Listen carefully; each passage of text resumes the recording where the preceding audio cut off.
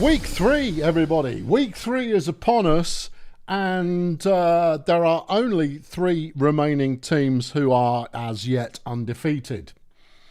I don't think we've ever been at... Jeff's here as well. He knows it's going to be a banger.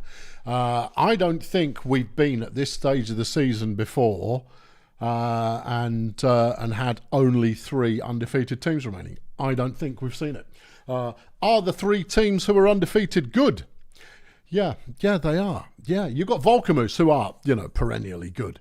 You've got the Toy Masters, who are solid right now, and then you've got BDP. So, basic Steve Morrie cheat code going on there. Let's get to the start of the lineup. We'll do those 3 games last. Drama. Hold on, I need to push one more button. Push that button. Flipping streamer mode.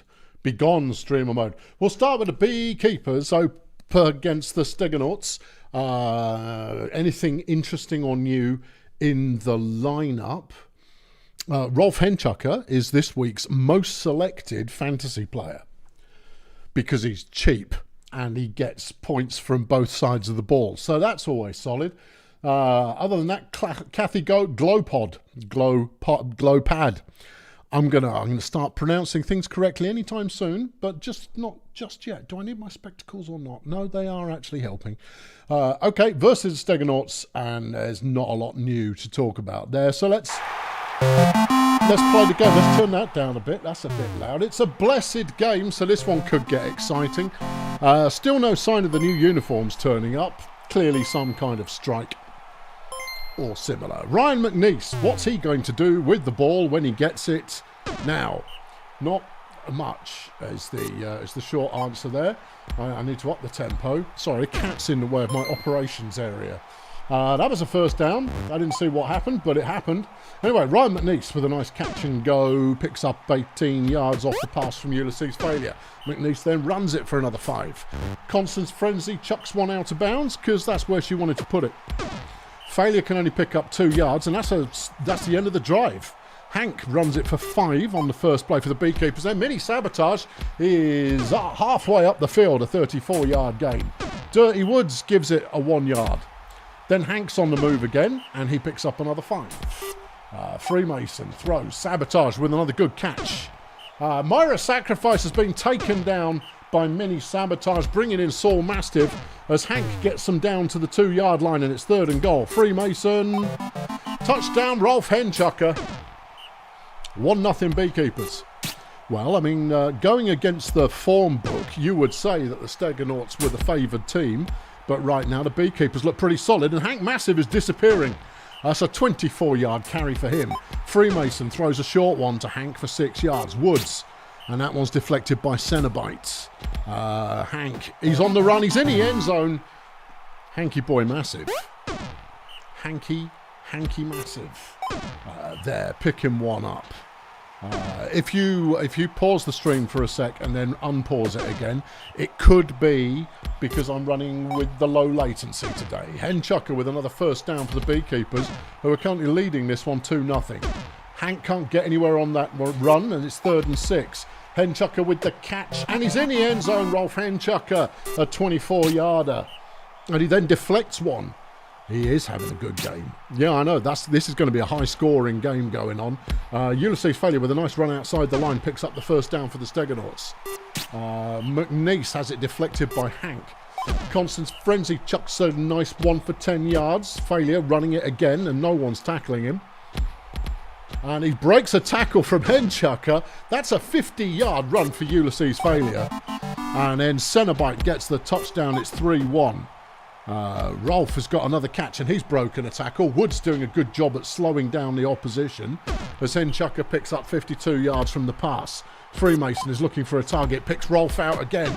He breaks a tackle and is down for the first down. Woods can then get only 1 yard. Hank can get only 2. It's 3rd and goal. Freemason. Sabotage with a 10-yard touchdown. 4-1 Beekeepers right now. Well now. Yeah. Well now. That's an overthrow. It's 3rd and 1. But Failure is playing pretty well so far. He picked up 2 yards there, which was enough to keep the drive rolling. McNeese He's moving in slow motion, but that doesn't seem to have stopped him picking up 28 yards on the ground. Frenzy with the throw. It's caught by McNeese, who breaks the first tackle and then gets a further 22 yards. Well, I mean, obviously fewer than that. But Failure's in the end zone again. That's a 17-yard gain, and he's going to be tricky to bring down if they don't start bringing him down. Dirty Woods on a 3rd and 9. And it's caught by Rolf once again. He's up the field past halfway, and that's another 40-yard gain. Rolf Henchucker he's playing well. It's half-time already. But this one, I think this one could get mixed up a little bit. There goes Rolf. He's in the end zone again. That's another 12 yards. His 3rd touchdown of the game. And and the number 1. Oh, Kathy Glowpod just got her first career sack. That's nice. Yeah, isn't it though? Hank Massive with an 8-yard gain there as the Beekeepers take back over. Rolf, he's flipping, battering through tackles, gets 17 yards off the catch. Another 1-yard gain. There goes Hank again. He's got the first down. He fumbled it into the hands of Henchucker, who advanced it 6 yards. Oti decided to try running it, and that was foolish. And there's the interception. Saul Mastiff intercepting it in the end zone, but they are starting in the end zone. And it's not got any better on 3rd down. Failure tries to get him out of trouble. Henchucker's picked it off. He's on Player of the Week form right now, and he is the most selected player in Fantasy League. Pick 6 for Rolf Henchucker. Hank is battering through tackles, and he's got a first down, 18 yards there, coming up on his 100 for the game. 31 plays left. What a fabulously entertaining game. Woods throws a 9-yarder. Hank is on the run again. And he's into the end zone, and it's 7-2. This could be the Beekeepers' best ever result. Could be. Helmet Cenobite with a nice catch. He breaks a tackle or two, picks up 35 yards. Ulysses Failure only gets about 8. Here's McNeese. He's got the first down, but he had to scrape for it. Constance throws it. McNeese with the catch. He batters through tackles and makes it 7-3. There's an injury on the field, and it's McNeese. He's been taken down by Manfred Textures. Nobby Harefoot has subbed into the line. I'm not entirely sure what's going on there. Hank on another good run will take him past his 100 for the day. He dodges another tackle. 25 yards gained. There's a mini sabotage catch, and she could go the distance. Has gone the distance. 8-3.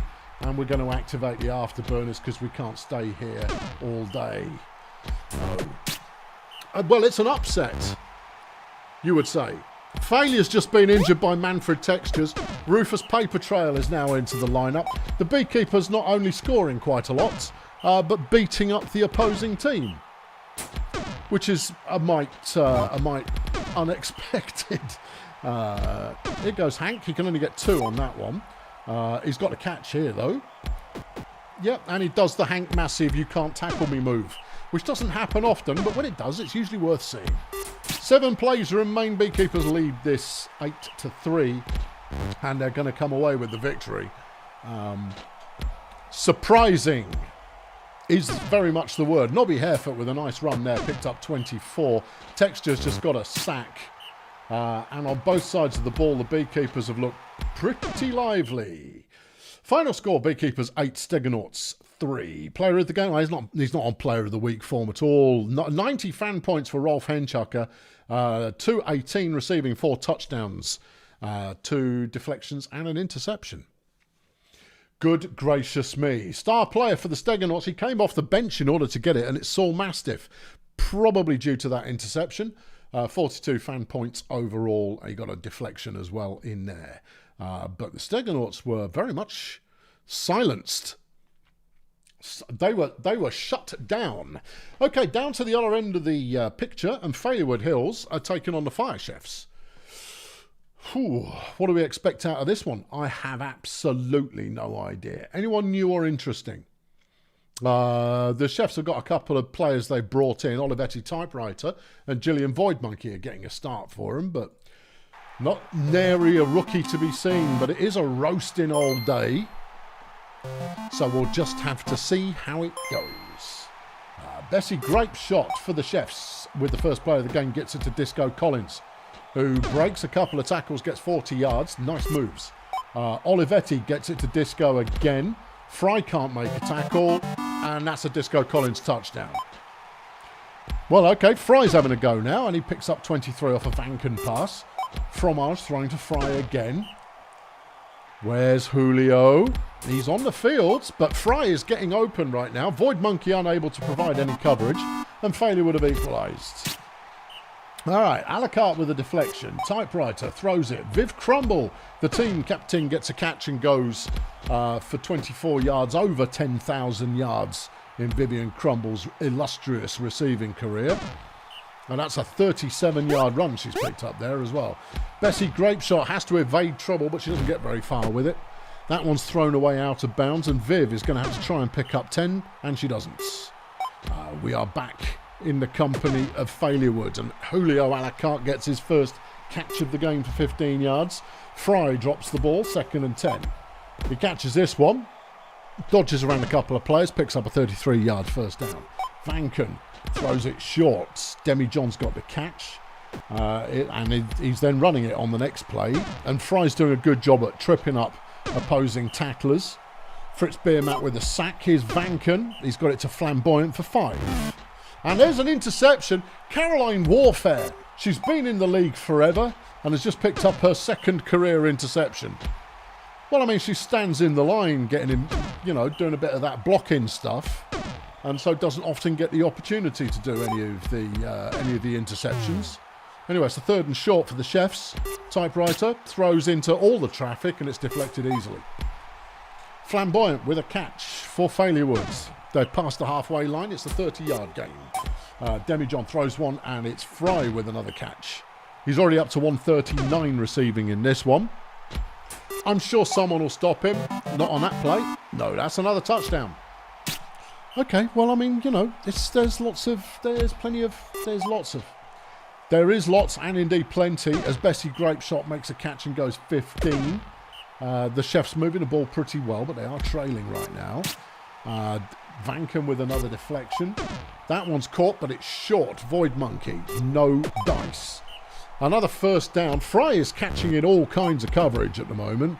Void Monkey just doing a poor job at providing coverage. And that's another touchdown, 3-1 Failurewood. However, there's an interception immediately. Vicky Flamboyant makes her first career interception, and Fry gets his 4th touchdown for the day. We've not really seen Julio a la carte, who is by far and away the star player on the team right now for Failurewoods, but the rest of the team, I mean, this is the Exorcism Fry show right now. 25 yards gained there. And there's Julio. He's in the touchdown zone doing the touchdown dance with his touchdown self. It is 5-1. The Fire Chefs, they can move the ball, but it's not working for them right now. Failurewoods are scoring with ease. Bessie Grapeshot, lovely bit of running, picks up 14 yards. Typewriter throws, caught by Collins. It's Viv again. She's sacked by Fry. Flipping Exorcism. Fry. He's got 2 sacks in this game now. He's a bastard. Getting sacked by a bastard should be wrong. Should be, isn't. Anyway, Failurewood back in possession. We're into the second half now. Viv just came up with a sack. What's even happening? I couldn't tell you. 2nd and 11 Chefs. A la carte with the sack. There goes Collins, and it's a Fire Chefs first down. They are within 25 yards of the end zone, so they throw that one casually away because they don't need it. Typewriter with a lovely bit of running picks up 14 yards. The Chefs trying to pull one back. Not on that play, they don't. 3rd and goal. And not on that play either.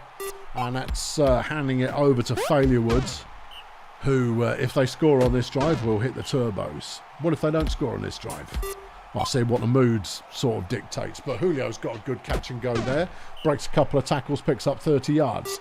Vanken, big throw. Fry with the catch. He breaks a tackle. He gets a lovely block from behind from, I think that was Vicky Flamboyant. And Fry is setting some numbers. And the numbers he are setting could be 6, could be 7. This is anyone's guess. It's another touchdown for Failurewood, and we will hit the action speedy rappy button because it's necessary. Fire Chefs are playing well, but just getting stopped by. I mean, Failurewood are a playoff team. without a shadow of a doubt. Fire Chefs are almost a playoff team, but I would say they're a maybe right now. They're a maybe. Are they? Failure if Failure don't make the playoffs, then they need to have a word. There goes Julio. That's another 43 yards in his yardage number. Void Monkey gets her third deflection of the game. Collins with a deflection as well. Chefs get the ball back. And there goes Collins, tearing it down the field. He picks up 45. Just go Collins, very solid player. And Void Monkey with a nice catch and go. And that's her 29th career touchdown as the Chefs pull one back. But they probably left it too late unless they're about to do some really, really exciting turnover stuff. Fryer's got 375 yards receiving in this one, which is probably enough for Player of the Week. I mean, he's got time to get another 25 on there just to take it over the 400. I mean, it would be rude not to. That said, the Chefs are moving the ball nicely again right now. 21-yard gain for Typewriter. Viv picks up another 12. 5 plays remain, and that's a Void Monkey touchdown. And there goes Fry. Well, there you go. That's got him over his 400s in the game. Oh, he wants some more. Okay, well, fair play. Probably watching the receiving leader for the week here as Julio punches in the nail in the coffin. Final score, Failurewood 7, Chefs 3.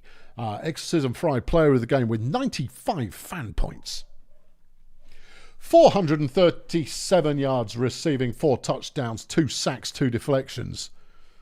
Goodness gracious. Caroline Warfare for the Fire Chefs with 47 fan points, 38 pancakes, an interception, a deflection. Okay, yeah. Yeah, that's I would have thought we would have had a slightly higher scorer than that on the Chefs, but I guess not. Okay, into our next game. Stardozer are taking on Erg Melonflex. Erg Melonflex looking for their first win this season. Who have they got on the field? Well, they've got Delver Please Listen is making his debut alongside Trevor Snowboard, who we've seen already. But, other than that, what? Yeah. Over on Stardozer, Lloyd Gadzooks has played at least once this year. I think his debut was last week, but he's getting in the lineup again. But it's all about what can Davy Onions do? And it's flipping foggy. Boo! Boo, fog. Boo! Boo, fog. Monkey Cage at runner, that's ambitious. Yeah, no, we don't need the best tackler on our team. There's a player down there. There is a player down there. But Flapjack has just done an impressive bit of running. Jack Flippercoin has been taken out by Flapjack Nope on the first play of the game. Okay, there goes Flapjack again. Oh, did Charles run the ball? Yeah, there he goes, look. Oh, yeah, he's still moving. Yeah, 14 yards gained there. Delver is picked up 3. Flapjack, not this time you don't, you cheeky blighter. 3rd and 6. Monkey Cage, with very little opposition, punches it into the end zone for a touchdown. Davy Onions goes nowhere. Kettle Harvick picks up a respectable 7. Is Manso Kettle Chip, who does absolutely nothing on 3rd down, and Erg Melonflex have got the ball back. Flapjack goes for 4. Is Monkey Cage. He walks through a few people, goes 1 yard. Delver. He's got himself a first down and a little bit more. Flapjack with the ball again. Yeah, you see, now we're starting to see Flapjack Nope play properly. That was pretty solid. 25-yard touchdown. As Davy Onions runs it back the other way. Ground game in the fog, but Kettle was looking for a pass there, but he couldn't find one as Charles Monkey Cage comes up with a sack. Kettle Chip runs it for 8. It's 3rd and 3. Davy, yeah, he's gone. Yep. 6-yard gain for David Onions. Harvick throws a dubious one behind the line, but Onions has got the catch, and he breaks for plenty yards. 41, in fact. And there's the touchdown. John Baritone with the score. Back to Erg Melonflex again, who lead this one 2-1 as we approach the end of the first quarter. Monkey Cage goes absolutely nowhere. Delver on a 3rd and 2 picks up 13. All right, come on, Flapjack, impress me. There you go, he's doing so. He is doing so. Nice 22-yarder there. His average is looking pretty solid as well. He's got 7 carries. He's gone 90 yards. Delver does 2. Here comes Flappy again. Yep, he's evading a lot of tackles. And that's 19 more yards. He's over 100. And that's solid work as Monkey Cage goes in for his second touchdown of the year. All right, 3-1 Erdman and Flex right now. Onions runs it for 15. They're keeping it on the ground for the most part because everybody's terrified of the fog. 3rd and 10. Davy Onions round the outside of the line will pick up the first down. Just about. Harvick. Harvick is a non-event in this game. Yeah, Kettle Harvick. He's a liability. But Davy Onions, oh, he's bringing the thunder, although he's given the thunder to Lloyd Gadzooks after 7 yards there because he lost his grip on it. Gadzooks with a nice catch gets 9 yards. Davy, first down. Protein can't do it. And Delver, please listen, has been injured. Not a big loss for Melonflex. They brought Flash Bandit in. Is he going to be playing at runner? That would be awesome. I want to see Flash at runner where you're about to. Here we go. Flash Bandit at runner is sacked immediately. Okay, well, maybe next time. Flapjack on 3rd and 5. Well, next time is just going to have to wait for a minute then. Davey can't get anywhere. Harvick throws it. It's intercepted by Flapjack. Nope. Who takes it back the other way, his 11th career interception. He's immediately stuffed at the line on the run. Monkey Cage can only get 6. It's 3rd and 3. Flash is trying to throw it. And he did throw it. Straight into the hands of Kettle Harvick. He's going to get some points for that, and he really doesn't deserve them. Onions on a nice run for Stardozer. He's taking it a long way up the field. A 47-yard gain, and not at the briskest pace you're ever going to witness. Harvick goes 3, and as we hit half-time, it is 3-2. Melonflex with a narrow lead. Kettle Chip runs it for 6. Onions gets the first down. Stardozer threatening to score again. As Baritone with the catch gets the touchdown, it's 3-all. Okay. Yeah. Monkey Cage, he smashes through a bunch of tackles, and he gets 28 yards. 10 carries for 95 yards so far this season. 9.5 per carry is pretty respectable. Flapjack has stalled, but Monkey Cage is picking up the slack at the moment. Flash, he's running the ball. There he goes. That's a 28-yard Flash Bandit run. Flapjack takes it in for the touchdown. It's 4-3. David Onions, who is very much carrying the entire Stardozer team on his back. Yeah, you could say John Baritone. Go on, say it. I dare you. Right, okay, yeah, sure. He's scored a couple of touchdowns, but he's only received a couple of passes, so it hardly counts. And those are gimme at those point of the proceedings. Anyway, Kettle Chip is on the go, not to be confused with Kettle. No, totally different people. Came into the league at completely different times. Anyway, Stardozer cannot get their first down, and Flapjack's running the ball some more. And he's got a nice, big, fat, open chunk of field to do so within, and that's a 33-yard gain. Monkey Cage, he does well. He gets 5 yards. That's a sack from first contact. 3rd and 7, and Flapjack goes nowhere. And this is classic Flapjack. Classic. He plays like an absolute legend. He lives up to his stats for a while, and then he doesn't. Yeah. Will he make another good run in this game? Oh, probably. But he's very much eased up on the pace. Here he goes now, look. That's only 4 yards. Come on, Flappy, do something. Impress me. And at the moment, Monkey Cage is closing in on Flappy's total because he's proving to be a smidge more reliable. Anyway, here goes Flaps now, and he's got a 9-yard carry for the first down. Monkey Cage, though, straight up the field, straight ahead, no messing around. Just smashed through some stuff. 28 yards gained. Snowboard catches a 1-yarder. Well, there's the aerial game for it. Shows that Flash can actually make a pass sometimes. Monkey Cage goes nowhere, though, and the Stardozer have got the ball back. 2nd and 4, Harvick. He's fumbled it, but Manso Kettle Chip has picked it up and advanced it up the field by 17 yards. 4-3 is the score. There goes John Baritone, look. Oh, yeah. 3 catches. That was the only one that wasn't a touchdown so far. Harvick goes nowhere. 3rd and 8. And this might actually be a do-or-die play, and it's deflected by Mamalou Flex, which means that Melonflex can now just run out the clock. There are 10 plays left in this one, and if the Flex keep hold of it, they've got themselves a win. Probably.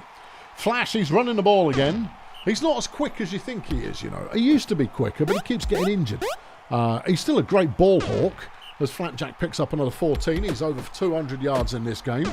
Monkey Cage is on 177. He's averaging over 10 a carry, which is super. Flash runs for 6. 4 plays remain. Flapjack's in the end zone, and that is surely, with a 2-point cushion, going to be a win for Melonflakes, as David Onions, who's also now over 200 yards rushing in this one, doesn't win the game for the team. Final score, Melonflakes 5, Stardozer 3. Player of the game, Flapjack, nope. Only 65 fan points, though. Low fan point game when you keep it on the ground, because there's no deflections. See, pass deflections, they count for a lot. Flapjack, 221 rushing, 3 touchdowns, 1 interception, 1 injury inflicted. David Onions for Stardozer, 36 fan points. Low fan point game, this one. Yeah, what did he do? 200 rushing yards, and he only got 36 fan points. He only got 25 on offense. That's ridiculous. And he inflicted an injury. And not a lot else. Anyway, good win there for Melonflakes. Stardozer, still a team on the climb right now. Next up, we're down at the bottom end again. The Pathfinders are taking on Grunt Auto Group. Well, this would be an upset now, wouldn't it? Grunt Auto Group have never looked finer. The Pathfinders are also in attendance. Let's go. It's a beautiful day for some Brutalball. What's Clacton Express going to do for us on the first play of the game for Grunt? It's anyone's guess. Yeah. Just excellence everywhere you look on the Grunt lineup. Just desperation everywhere you look for the Pathfinders. Clacton runs it for 16 on the first play. Larissa looks to throw, completes. Barry Biceps with a first down. Alundra Blood looks to throw, completes to Tyrone, who's going to break a tackle or 6.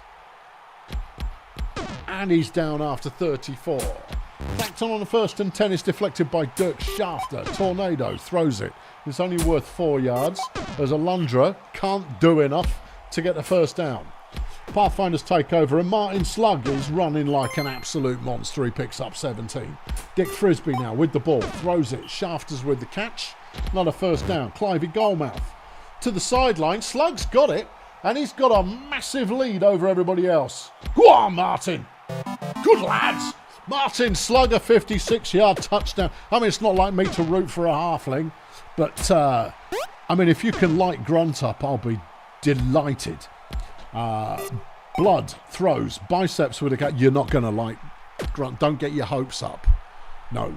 You're facing a juggernaut. That's a 41-yard gain off the pass from Alundra Blood. Clacton with a nice piece of running. Gets 20, and Larissa's looking to the end zone.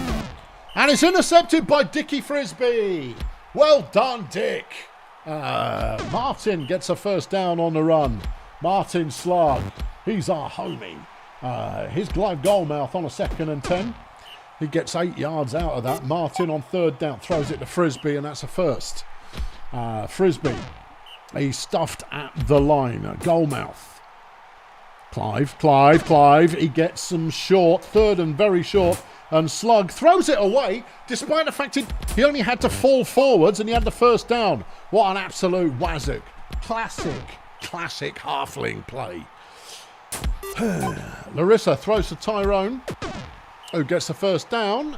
Grunt still looking for their first score. And it's another interception. Frog Plots has picked it off. Slug makes another carry. Clive Goldmouth is coming up on his 2,000 yards of receiving. But Martin Slug is outpacing the Grunt defence at the moment and made another nice reception gain. He's then run for a little bit more. He is, at the moment, trying to keep this offence rolling almost solo. What's happened to Clive Goldmouth? What's happened to him? Well, he's still there. He's just not playing very well. No, I don't think I've seen Clive Goldmouth play well in a long time. Clacton goes for 3. Grunt made the stop. They've got the ball back again, and there goes Tyrone. Tyrone's inability to be tackled is very much helping the team out right now. He picked up 33 there. Barry Biceps with a nice catch. He breaks free of a couple of tackles and gets another 34.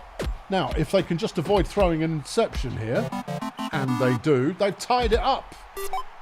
Yeah, I know, it felt like the Pathfinders were really winning. They really weren't. First down, Dirk Schafter. Pathfinders with the ball. It's 1-1 right now. Slug. He can't get anywhere this time, and it's 3rd and 10. Completed to Schafter for the first down, but it was close.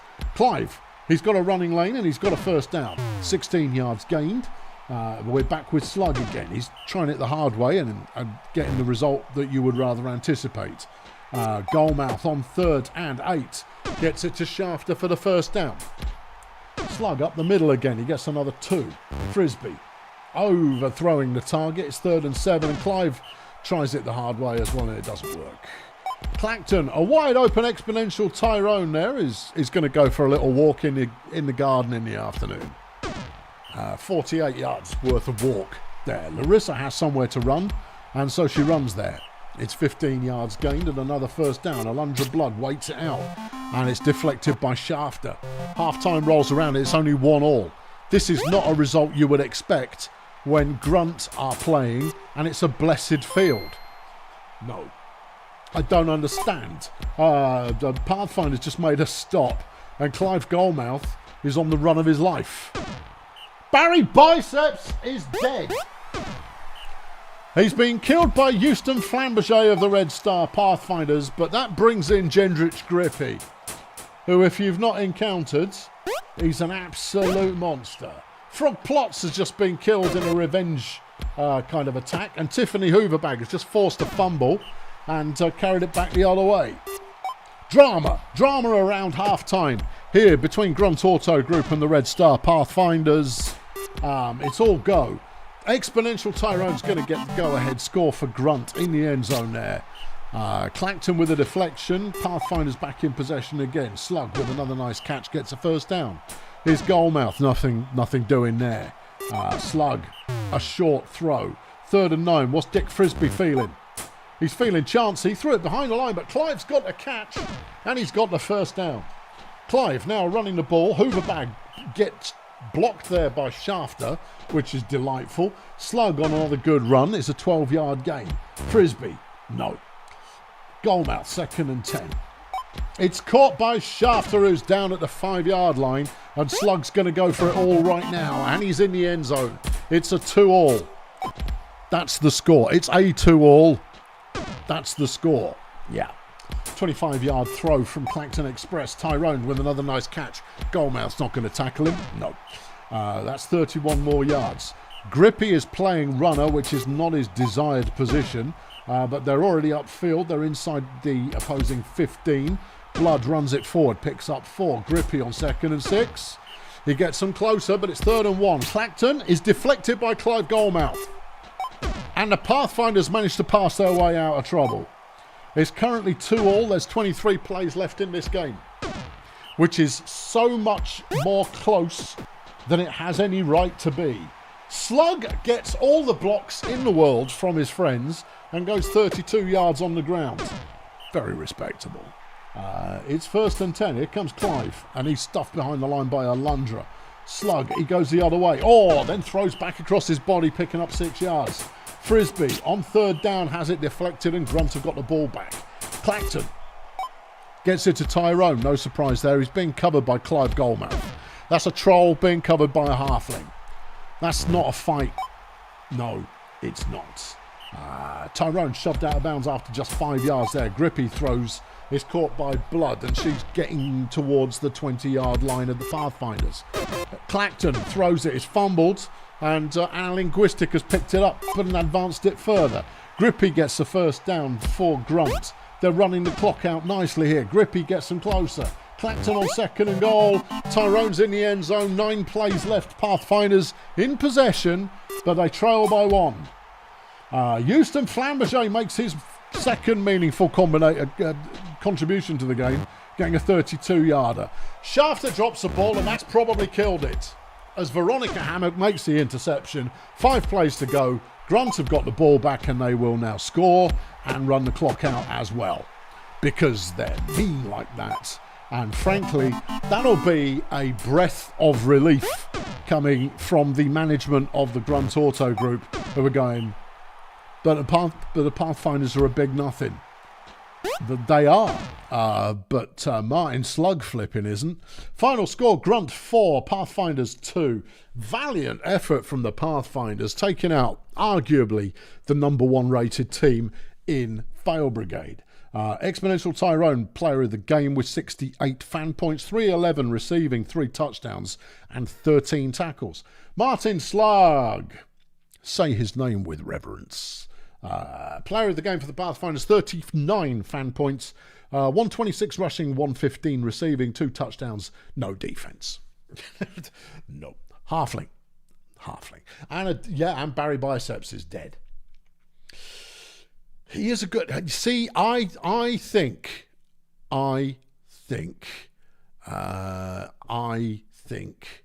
what happened was... Apparently, it's the wrong team for Grunt. Simple Simbill should have been selected as runner 2. Well, I don't know what happened. It's all automatic these days. So I can't ruin it for everybody. I just can't. Anywho, on to the next one. It's the Blood Pit Bouncers taking on the Miners. Yeah. What do we think of this lineup? Well, Blood Pit are playing Tiger Styles and Linfield Muscles and Party Boy. These are star names going on right here. You've then got Benny Radical in the line as well. I mean, basically Blood Pit are playing somebody else's team. Meanwhile, on the Miners, Mutant Lip Balm gets a start alongside Teddy Split Cap as a receiver. So we'll see how it goes. It's a blessed game once more. And Tristram Lawnmower for the Miners will start things off by going nowhere. Downscope throws it. Vanderpoel's with the catch. Lip Balm on 3rd and 9 is sacked by Ben Radical. And here come the bouncers. Tigers running it on 1st down, gets 8. Tristram with the deflection. Linfield's now running it on 3rd and 1, has a comfortable 1st down, 10 yards carried. Tiger has it deflected by Lawnmower. Party Boy throws, Pleasure Dome with the catch. Linfield picks him up the 1st down. Tiger throws, caught by Rocky Melons, and Blood Pit take the lead after 10 plays. Okay, can the Miners get themselves back in the action on 3rd and 6? Lip Balm is stuffed behind the line for a loss. Tiger completes a pass to Ramiro Pleasure Dome. That one's thrown away by Party Boy. Here's Muscles. He gets no yards off that one. 3rd and 9. Tiger has to do it all. Party Boy with the catch, but it's not a 1st down, and the Miners take back over again. That's a 9-yard gain. Downscope gets nowhere. Lip Balm throws. That one's deflected by Party Boy, and we head back over in bouncer direction once more as Melons takes off for a comfortable 1st down before fumbling the ball into the waiting hands of Justine Vanderpoel. Glenda gets a tackle for loss. Simone rounds the Downscope, runs around the side of the line, picks up 8. Lip Balm gets them the 1st down. Miners moving the ball towards the midway line. And they're past it now. Teddy Split Cap with the 1st down. Can you get a shout out for the College League? Yeah. There it is. That was it. Wolfgang runs the College League regularly-ish. I don't know what days he runs it on. It's not advertised. But the ESBL College, or ESBAA, runs on Wolfgang's channel. And the players therein will be drafted into this league. So if you want to see tomorrow's Stars Today, whenever it's on, then tune into Wolfgang's channel for that. Flipping seamless piece of promotion right there. Yeah, take it apart. Put it down. Bouncers can't get themselves a 1st down. It's still only 1-0 at the moment there. I mean, I took a breather to do a little bit of promotion. And nothing's changed. Lip Balm gets a 1st down, runs for 4. Miners moving the ball at the moment, but they're not moving it in a way that you would describe as compelling. A 5-yard gain from Downscope, and they crash out on 3rd down. Tiger running the ball. And the old wily Goblin gets a 30-yard gain. A sack from Mina Failure. Then Linfield tries to run it. He gets a whole yard. Tiger then gets sacked by Pamela Mustard. And we're back in the land of the Miners once more. Downscope picks up 2. Okay. Anything else? No. Litbom, first down. Miners with the ball. Still in their own half yet at the moment. Pleasure Dome with a deflected ball. Here comes Downscope running it again on second down. Only 2 yards gain. Litbom goes nowhere. And we're back to the bouncers. Pleasure Dome with a 4-yard catch. Party Boy throws. Nothing doing. Muscles on third down. Not a lot there. Card teams play better. One of you's got to be good. I can't have two teams play badly in the same game. It's not like you've got outstanding defenses on the field here. You've got good defense. I mean, you've got Ramiro, Pleasure Dome and Linfield Muscles on the same team, opposed by Pamela Flippin' Mustard. These are facts. They are. However, Tiger tried his best to get a first down. He didn't get it.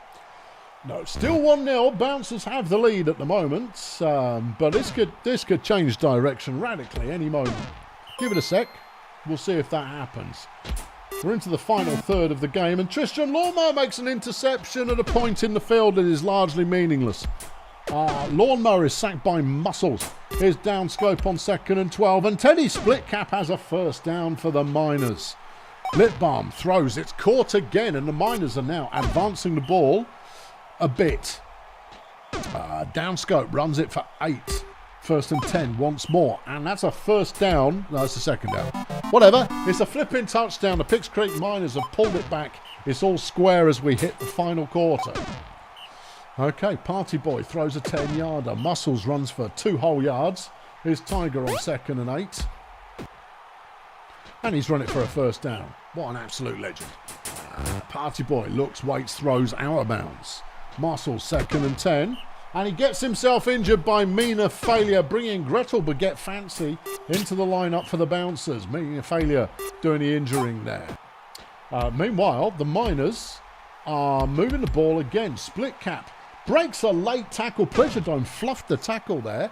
And Splitcap made 61 yards on the catch. There's 14 plays left. And the Miners have the opportunity that they've just blown. 12 plays remain. The bouncers now take possession. That's an 8-yard gain from Tiger. Party Boy gets them the first down, so they get to have another try. Baguette Fancy picks up 5. Here's Tiger looking for a pass. It's deflected by Splitcap. First career deflection. And they crash out on 3rd down. Splitcap gets down to the end zone. And the Miners take the lead with just 6 plays remaining in the game. This is not what you would expect. Heck no. Pleasure Dome gets the first down, but there's only 3 plays left. And right now, or so far in the game so far, the bouncers just haven't moved the ball. And they've got 1 play left. Gretel throws it, it's deflected. And that's that. Really low yardage game, under 600 yards with both teams combined. Player of the game, Tristram Lawnmower for the Picks Creek Miners, who win this one 2-1. 81 fan points, 100 passing, 2 touchdowns, 4 deflections and an interception. It is Splitcapper, isn't it? It is Splitcapper. He's new, so I can't remember his name yet. For the Blood Pit Bouncers, Glenn the Bastard, player of the game with 42 fan points, 14 tackles, a tackle for loss, a sack and a deflection. Not a lot of offense. But, I mean, if you bring in defense, then who's really counting? A big win there for the Miners. That's a big win there for the Miners. That's a big win for the Miners. The Marsupials are taking on the Sea Raiders. Sea Raiders looking for something other than a loss, as are we all. What's new? The Marsupials have got Hype Conquest making his debut at runner. Then you've got nothing new at the Sea Raiders. Okay. Right. Foggy. For crying out loud. Well, of course it is. The Raiders are at home. Oh, yeah. All right, Sonny Watt. What's he going to do? That's a pretty nice piece of running there, Sonny. 18 yards gain. Mikey Heimlich. 6 yards. Here comes Paul Crap Whistle on 2nd and 3. It's a throw, and it's caught by Darkness Albright. Which is interesting. Sonny Watt with another nice piece of running. Breaking tackles left and right. Gets 19 yards. Heimlich. Hype Conquest was just lying on the floor, and Mike Heimlich makes a 17-yard touchdown run. Albright with the pass deflection. The Frenchman throws it. Donk Branding's got the catch. Albright makes the tackle after 31 yards. Conquest now runs the ball. He's got some pace. And he gets a 13-yard first down. Jackie Mercury. He completes that one to Branding once again. And that's a first down on the 1-yard line. The Frenchman to the end zone. Deflected. Gudrun Genie got himself injured by Paul Dagger, bringing in Observation Rodriguez as the Marsupials get the tying score and Bongolia get the ball back. Okay, quite a lot happened there all at once, and I wasn't paying enough attention as Shamrock Bubblejet picks up a sack to stop the Bongolia drive. Frenchman completes a 20-yard pass. Sorry, I'm trailing a bit. I'll try and get back up to speed. Jackie Mercury on 3rd and 10 is sacked by Zoltan, and the Sea Raiders have got the ball back. Sonny, he's running once more. He's breaking tackles once more. And Ruthie Spasms has been injured by Sonny Watt. That's big. Ruthie Spasms, heck of a lineman. Tongo Coriander has subbed in, which is weird. Paul Crapwhistle is all alone downtown at the moment, and he's got himself a 36-yard gain. Watt goes for the end zone, and he's in. Sea Raiders taking the lead 2-1, but this game is not going to end 2-1. The Frenchman throws a short one. It goes 4 yards. 3rd and 6. Hype. We like the pace of Hype Conquest. That was 10 yards. Deflection from Albright is the Frenchman. He's throwing again. Branding's got the catch, and he's going to soak up a chunk of yards. Gets 35. Conquest. No, he's covered by all kinds of defensive prowess as Bubblejet gets into the end zone for a touchdown, and it's 2-all. Watt, he's running. Yeah. That was Tongo Coriander, was lying on the floor, got up to try and make the tackle, lay down again. 42-yard gain from Sonny Watt, who has 6 carries for 128 yards at the moment. That's nice. A 20-yard average for a runner. That's pretty good going. And he's in the end zone again. 3-2. Where's Sonny Watt been? Why has Sonny Watt not had a big spanker of a game previously? There goes Conquest, look. He's pretty quick, isn't he? Yep. That's a 43-yard Hype Conquest first down. Conquest now with the ball. Gonna run it. Doesn't get anywhere because he dithered. Mercury. 2nd and goal. Deflected in the end zone by Muzzio.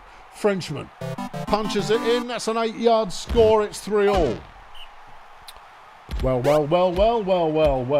Mikey Heimlich runs away from everybody on the field who give chase, but he's picked up 23 yards in the short term. Paul Crapwhistle, he gets 1, and here comes Sonny. 18 yards. That's not bad. Yeah, he's just short of his 20-yard average at the moment. But I mean, who's going to knock it? No, he's still on his feet. He's still on his feet. So many broken tackles, 24 yards gain. And the Sea Raiders are looking like scoring again if they can hold it together, but it's 3rd and goal and Sonny's got to do it. And so he throws a 1-yard pass. That's not the plan. Sea Raiders stopped short as Branding takes the ball back the other way for 30 and we hit half-time. Marsupials with the ball right now. Frenchman running it. Gets 9 yards. Conquest. Hangs around, deciding whether to pass or not. Gives up on that as a concept and runs it for 8. Here's Mercury. He throws. Branding's got the catch. Albright to make the tackle. Does so. 34 yards on the catch. That one's thrown away. Here's Conquest. Nothing there. And 3rd and 10. Mercury. Donk Branding touchdown. Okay. Marsupials in the lead. But Watt's running again. Another 22 yards. 10 carries for 199. That's pretty good. That's pretty good. Crapwhistle there, just getting the first down. Sonny throws the ball, and it's caught by Darkness Albright. He's got 100% pass completion in this game. As Mikey Heimlich on a nice run, ties it back up again. Darkness Albright has been injured by Observation Rodriguez. Vera Contagion has now subbed in as Conquest gets another 32 yards. He's only got 2 catches in this game. Oh, he does running as well. Oh, yeah. No, they need to throw the ball to him more often. He seems to be quite adept. Watt, he's found the open side of the field. He breaks the one tackle that comes in. Oh, he breaks the next tackle that comes in as well. A 43-yard rushing attempt from Sonny Watt. Sonny what? Yeah. And Mikey Heimlich punches in the touchdown. This is weird. Yeah, a little bit. Frenchman throws it. Mazzio with the deflection. Mazzio's got 4 pass deflections in this game, and that cannot be understated, the level of importance that carries, because that's a play stopper, as Heimlich on another run gets 34 yards. That's a no-go there from Crap Whistle. Sonny's got it, and he's going to take it the distance. It's now 6-4. Mongolia coming back into it. What do you mean? They've never been out of it. All right, making it look like they might win. Oh, okay. Branding with a 49-yard catch. He's played a good game, but it's not going to be enough. Paul Crapwhistle gets a sack. It's now 3rd and 6. Frenchman with the ball. Sonny went out early last season. Bubble Jets in the end zone, though, which makes it 6-5. 20 plays left in the game. Mongolia with the ball. A scoring drive here is exactly what they need. Can they nail it? Heimlich gets 26 yards. There goes Crapwhistle. He's going to get a nice run here. Another 25 added to the tally as Sonny carries it again, but he can only get 1 yard this time around. Mike round the outside of the line, and he's still never mind. Vera Contagion's been injured by Torgo Coriander. Tasty Davis subbed in. There's 15 plays left, and Mongolia are up 7-5. Hold on, they've got the ball back again, and Sonny's going to run to the end zone. That's a 41-yard Sonny. Sonny Watt's going to get running player of the week. Justifiably. Zoltan comes up with a sack, and the marsupial collapse is complete. Hold on, hang on, no, never mind. Sonny decided he could do everything and threw an interception. Well, I mean, he clearly can do that. Big Rob McGurk coming up with a sack. The Frenchman. He's doing stuff, but it's not enough. Conquest through the middle of the line picks up 8. 5 plays remaining. This is not going to be the most startling comeback you've ever seen. Bubblejet gets him down to the 2-yard line. Frenchman, hype Conquest touchdown. 8-6 is the score. Mongolia have the win as Mikey Heimlich runs out of bounds after 19 yards. That's 221 yards for Mike Heimlich. And you go, well, as my number 1 runner in the game, I'd say that's pretty good. You know, Sonny Watt's not player of the game, right? Well, that's an insult. Yeah, he didn't do any defending. Player of the game is Big Rob McGurk. 64 fan points in total.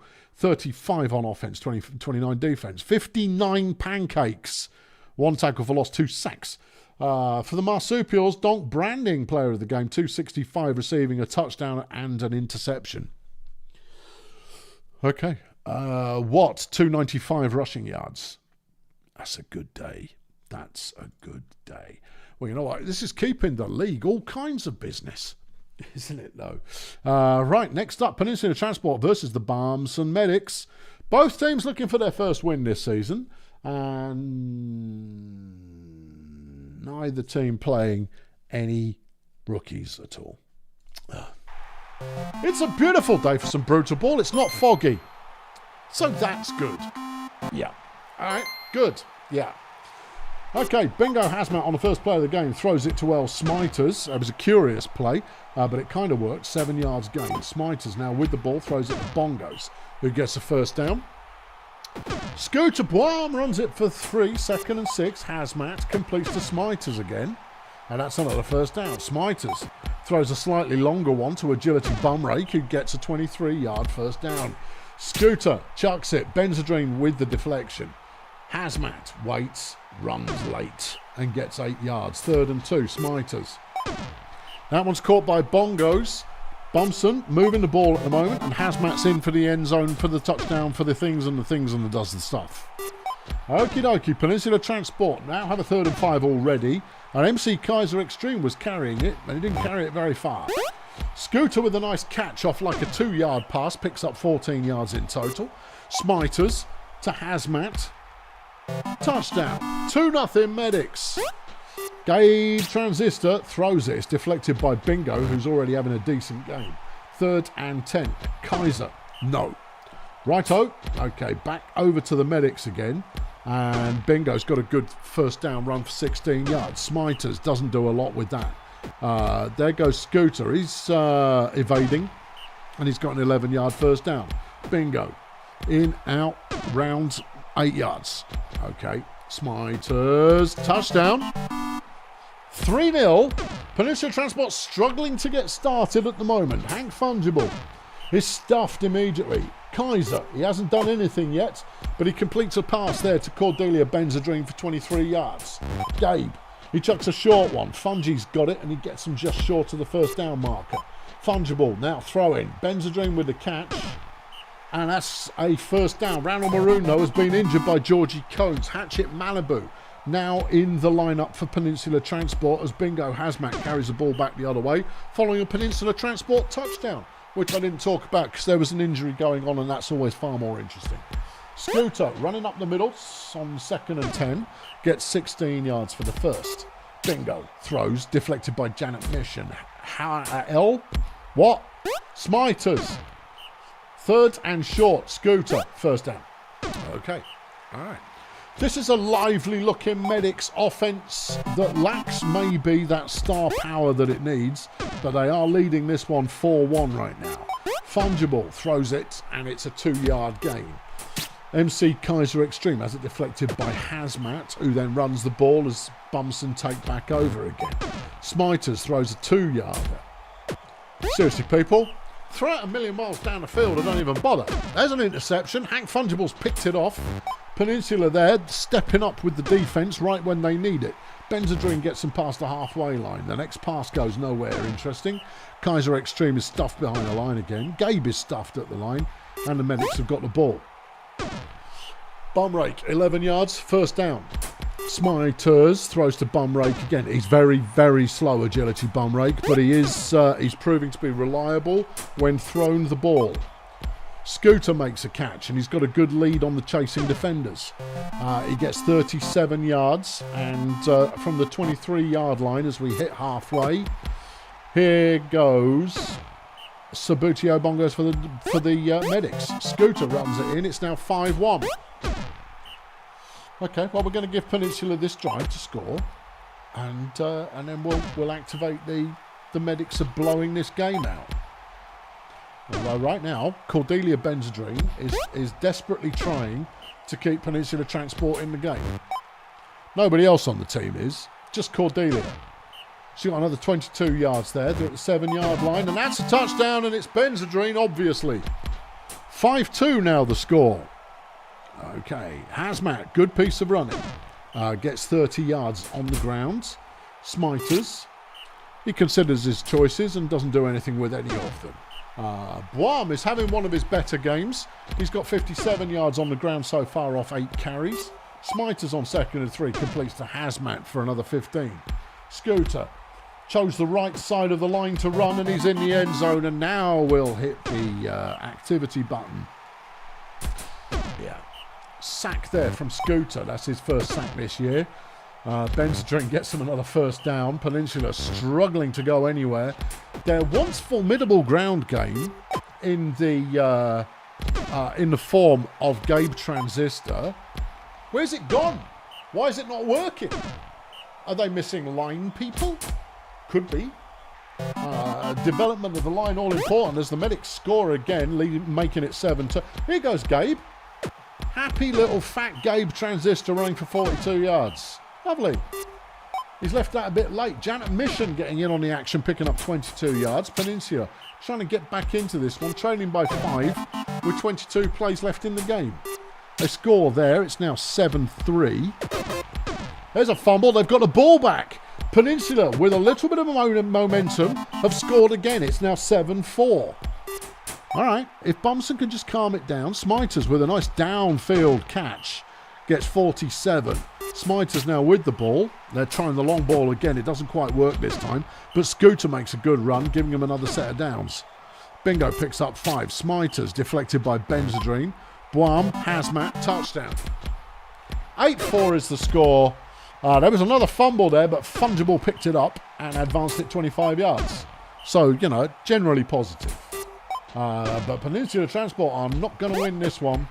The Medics coming away with their first win of the season. No, I'm not jinxing them. There isn't enough time left. No. The Medics aren't going to cough this up now. They lead by 3. There's 6 plays to go. It's just not going to happen. Hazmat, good bit of running. Bingo Hazmat having a solid game. He is having a solid game. Is he player of the game? Don't think so. I haven't seen much defensive contribution. Final score, he's player of the game. Final score, Bulldozer Medics 8, Peninsula Transport 5. Player of the game, Bingo Hazmat with 84 fan points, 183 passing, 136 rushing, 5 touchdowns, 3 deflections. Not a lot of defensive anything.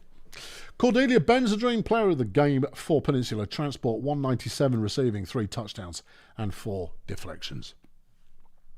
Peninsula still looking for their first win, but Bumson will breathe out and go, oh, we do know what we're doing then. Oh, that's good.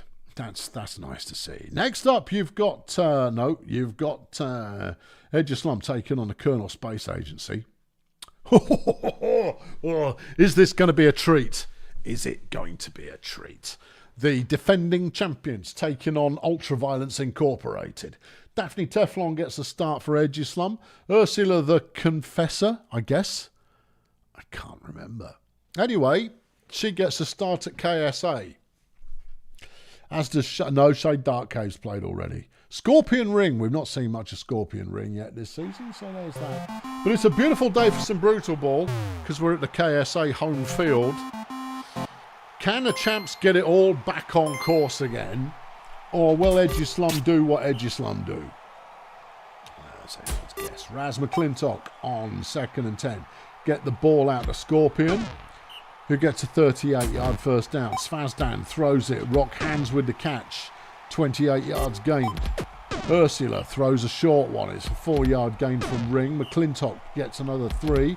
Svazdan on 3rd and 2 punches it in for the touchdown. 1-0 Colonel Space Agency. Mulawab with a lovely catch on 1st down off the Surgeon General. Gets 36 yards. Daphne Teflon runs it for nothing. Tarquin Bangfish has been injured by bug-eye seizure. I hope he wasn't in your fantasy team, because if he was, he ain't earned you nothing this week. It was a very expensive purchase, and he's out already. There was an interception there, and KSA have converted that a couple of plays later into another touchdown. Ronnie Bongos makes a catch. Big, violent Ron Bongos, who's fumbled the ball. Shade Dark Cave recovering. That was like a 50-yard catch there from Bongos before coughing the ball up. What a clown. And he's not even injured for the entire season this season. Svazdan with a nice 30-yard run. Ursula the Confessor picks up 3. It is Confessor. The Scorpion Ring gets the 3rd touchdown of the game. Colonel Space Agency looking comfortably in control at the moment. The Surgeon throws for 19 yards. Teflon runs it for 2. 2nd and 7. Bongos picks up 2. Surgeon throws. Ron's got a catch. He's outpacing Dark Cave, who might get... Oh, Nomad couldn't quite get there to make a late block. Teflon runs. Edge of Slum inside the opposing 10. 3rd and goal. Surgeon throws it too short, and that's only a 2-yard gain. KSA take back over. Ring with the catch, evades a tackle, and gets 25 yards. McClintock to Hands. A good deep throw, picks up 30 yards. Carl throws to Ring, who breaks a tackle and has a touchdown. And Gus the Hitman resume is done for the season.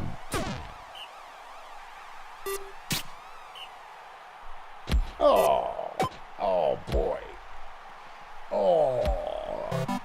Oh dear. For those of you who don't follow along every week, Gus the Hitman resume is the most violent player in the league. And he's injured himself. He's done himself a mischief, and he's done for the year. Yeah. Meanwhile, KSA currently lead 5-0. 6-0. Yeah. It's not a pretty sight, and the champs are starting to look a little more like themselves. It's still the first half of the game, though. Surgeon General's throwing a storm, certainly, but at the moment, too many mistakes are occurring on the part of Edge of Slum, which is costing them potential points. Daphne Teflon's not really accomplishing much from the ground game. Ron Bongos has got Edge of Slum's first score of the game. Oh, did you see who subbed in? Mocha Bad Son, wasn't it? Might have been. Don't know. Anyway, someone subbed in, so that's nice. Scorpion with another good catch, and he's off and running. Svazdan throws. Confessor with the catch, and she's got another touchdown. It's 7-1, and we're still in the first half. Oh, boy. Yeah. Gunslinger, sacked by Santino Bananas. Good player, Santino. I know. It's weird. Santino Bananas was stolen from me at the end of the first season, and I haven't let it go. No, of all the players that I have lost over the years, Santino's the one I care about because he was proper good, but I wasn't given much of a choice. It's 8-1. I'm going to activate the afterburners because we're in the second half. And Colonel Space Agency are looking like the defending champs as Svazdan's in again. And he's just picked the ball off and Svazdan's in again.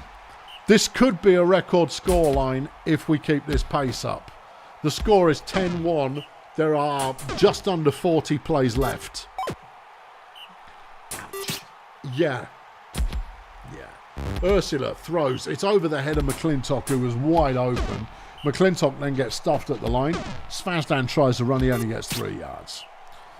Okay. Yeah. I think 14, I think, is the record needed.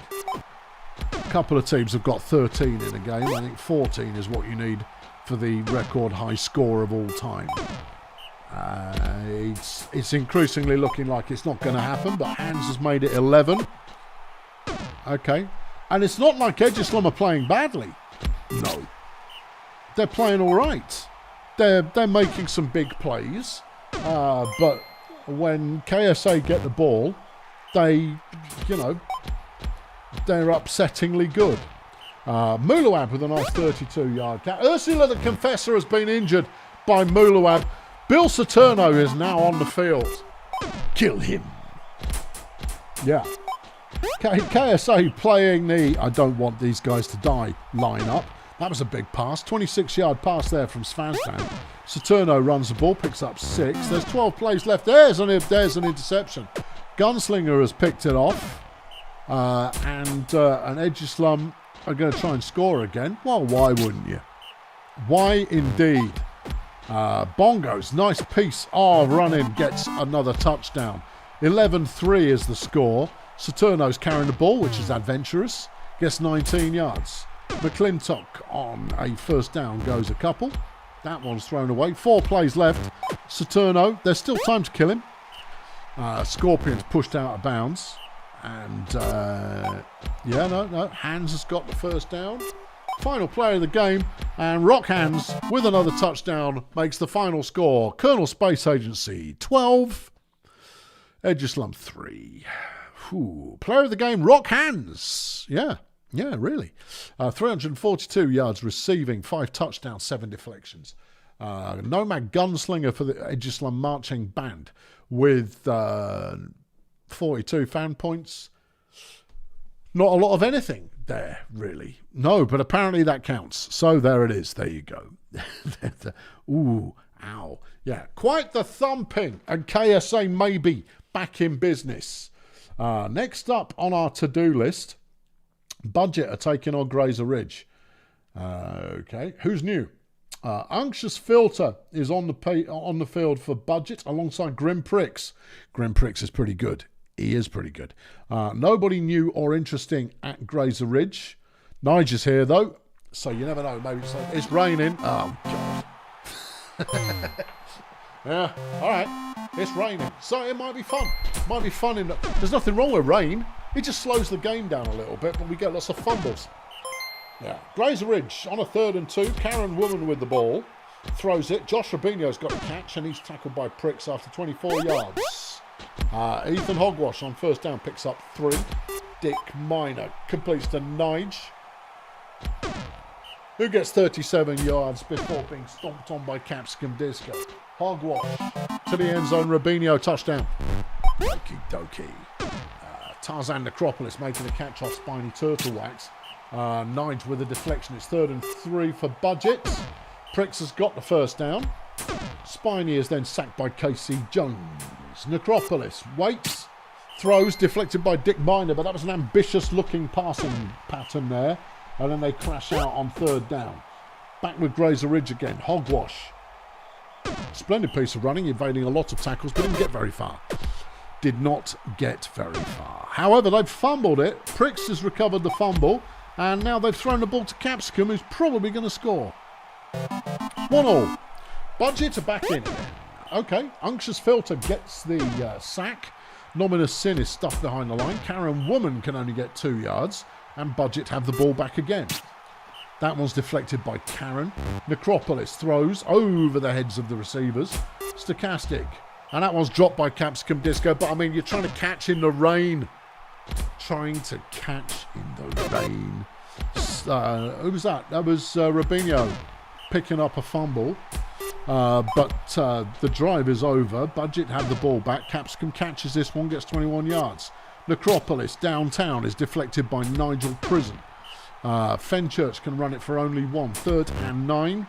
And that goes nowhere. Back to Grazer Ridge again. Okay, tackled for a loss. Dick Minor throws the ball to absolutely nobody. Karen's going to try and run it on 3rd down, and it really doesn't work. Okay, back over with the roadies. And Fenchurch has a 1st down. Necropolis. Over the head of Capsicum Disco, who could have reached up and probably grabbed that one, but didn't bother. Spiny on 3rd and 10, nothing doing. And Rubinho makes a nice catch. Gets 26 yards. Minor throws, deflection from Necropolis. Karen runs for nothing at all. 3rd and 10. Hogwash managing to break through enough tackles to get a 1st down for Grazer Ridge. Still on his feet, gets 32 yards. Dick Minor tries the same thing, gets 4. And it looks like Grazer Ridge are going for the ground game now as Karen Woman gets 11 yards on the game. Capsicum makes a sack. It's 2nd and goal. Deflection from Pricks. And Karen goes absolutely nowhere. It's still 1-1. Budget now with the ball back in their possession. Necropolis throws. It's deflected by Nige. Nige is having a good game on the deflections, but Capsicum's got a catch who will get them to the halfway line and beyond. To Wax, to Disco. And Capsicum's going to run the length of the field for a 46-yard touchdown. Frankly, you only need one player who can do that, and then you can do it. Yeah. Half-time rolls around, and it's a close one. Budget leading this one 2-1 at the current time. Both teams very much prone to going nowhere at all, and then occasionally going somewhere. Ethan Hogwash with a nice 17-yard run. Dick Minor sacked by Nominous Sin. Here's Karen. She's thrown the ball out of bounds. It's 3rd and 12. Ethan has to do it. He doesn't do it. Back over to Budget once again. Over the head of Grim Pricks, which obviously means it wasn't caught, but he catches the next one. Fenchurch on 1st down, and it's intercepted by Nigel Prison. His 20th career interception. It's not what he's known for. But that gets Grazer Ridge back into it again, and they're at the opposing 20-yard line or thereabouts. Nige touchdown. 2-2. Yeah, Capsicum with another catch. And it takes a bit of bringing down, but he gets 29 yards. Disco with another good catch. Gets 19. Fenchurch throws it. Pricks with the catch and the touchdown. Budget regaining the lead once more. 36 plays remain in this one. Dick Minor throws it away. It's 3rd and 12. Karen. Nowhere for her to go. Spiny throws it. It's deflected by Nige. He's got 5 deflections and an interception in this one. Pricks is not going to make it to the end zone. In fact, he's fumbled it. Hogwash picks it up. Oh dear. Pricks fumbling the ball on the 1-yard line has allowed Grazer Ridge to have another crack at it. And cracking they are doing. Karen on 2nd and 10 with a nice piece of running gets 6 yards. Ethan can't convert on 3rd down. And Budget managed to hold on to not turning that one into opposing points. As Capsicum gets another catch and is going to go deep and he's fumbled it on the 1 yard. Oh no, it's another fumble. Rubinho's picked it. Double fumble on one play. And that's twice in a row that Budget have coughed it up on the goal line. Who's got it? Has anyone got it? No, Grazer Ridge are recovering all the fumbles in this one. Rubinho drops the pass. It's chaos, friends. Chaos. Karen runs a 9-yarder. It's 3rd and 1. Hogwash, he's got the 1st down. It's a 3-yard gain. Minor throws. Nigel's got the catch. And he gets 41 yards. And Karen goes for another 3. 2nd and 7. Hogwash sacked by Sin. Minor throws to nobody at all. And Budget can put it away if they can keep hold of it. Capsicum's got the ball for now. It's a 46-yard gain. No fumble on that play. 14 plays left in the game. That one's caught by Pricks, who's going to go the distance. And that will be the ball game. 4-2, Budget have the lead. Nigel's taking it back a good distance the other way. 44 yards on that one. But it's too late. It's too late. Grazer can't all of a sudden start playing well. I mean, they haven't played well. All right, okay. They have played badly. Both teams have played badly, though. To a degree, yeah, but I mean, it's the rain. It interferes with everyone's mojo. Capsicum Disco, 350 yards receiving in this game. Pretty good. Pricks, touchdown, 5-2, game's over. Hogwash throws it. Rubinho drops the ball. If it's the rain, people, make sure your receivers can catch. It makes such a difference to your life. Yeah, you don't want to be chucking away too much Fumbleire or Fumble Rooski. Last play of the game, and it's deflected by Nige. Player of the game is Nigel Prison with 104 fan points. Not surprised. Yeah, not a lot on offense. 143 receiving, 1 touchdown, a tackle for loss, 7 deflections, and an interception.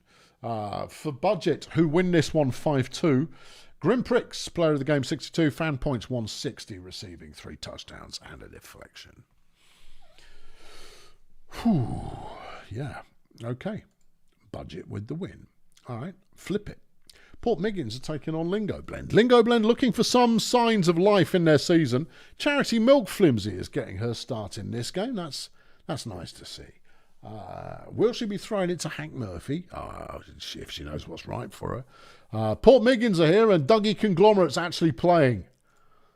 Much to the relief of those who put him in their team last week and then Dougie did not play in the game. Just saying, that's why I finished bottom last week in the Fantasy League.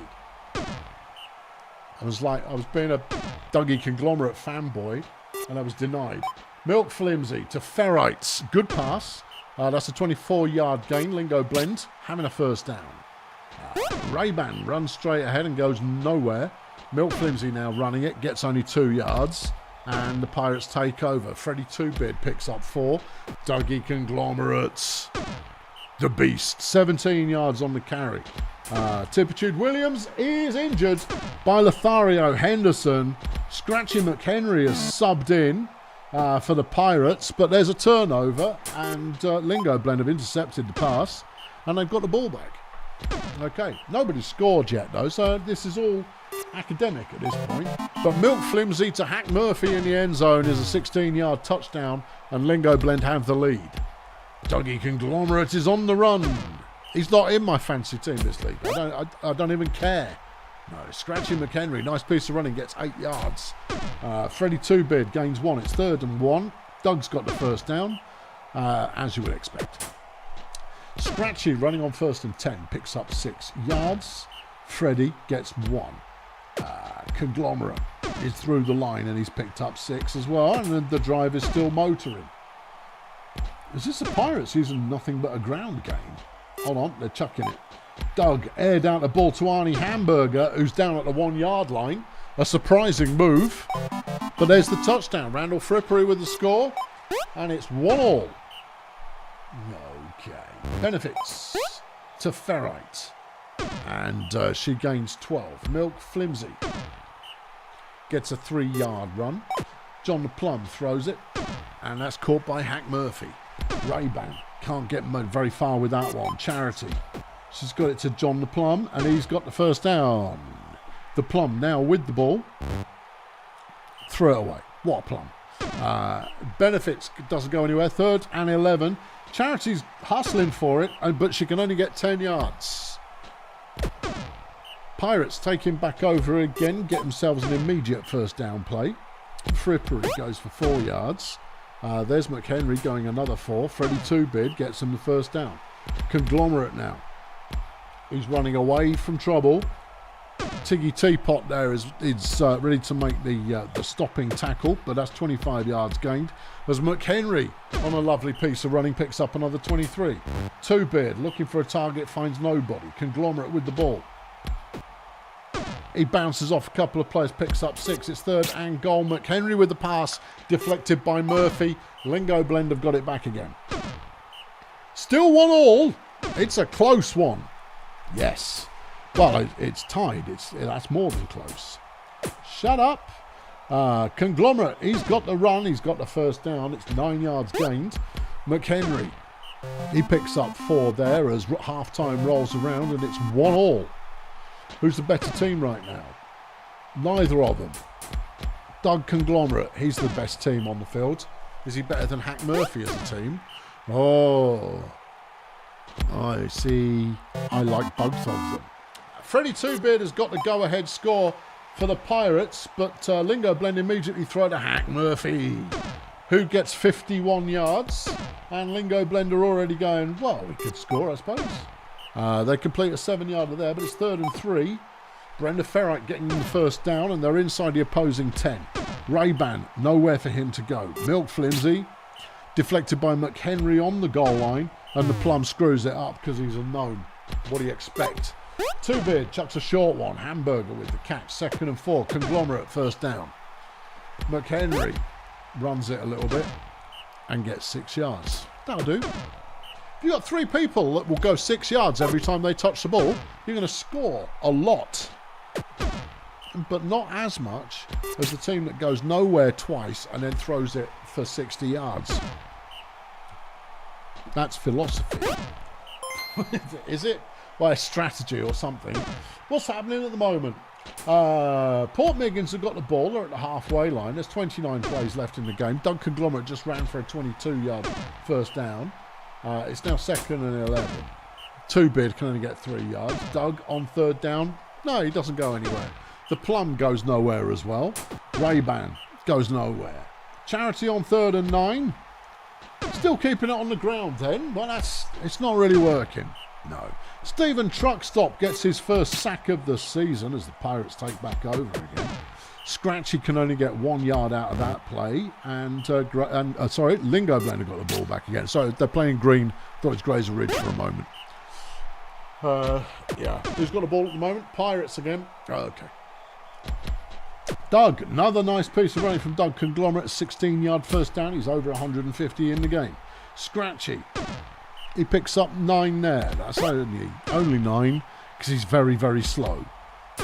Doug's a little bit faster and can break through tackles, but he got stuffed on the first down. It's now 3rd down, and Freddie Two-Beard can't convert. So we're back in possession with Lingo Blend again. They've got 8 plays left in the game to try and tie this one up. And on 3rd and 12, John the Plum, no. John the Plum, I think he's done. I think he's over. I think his time as a runner 1 is over. I haven't seen John the Plum play well in as long as I can remember. Now, correct me if I'm wrong. I just don't think I've seen it. I think he's a bum.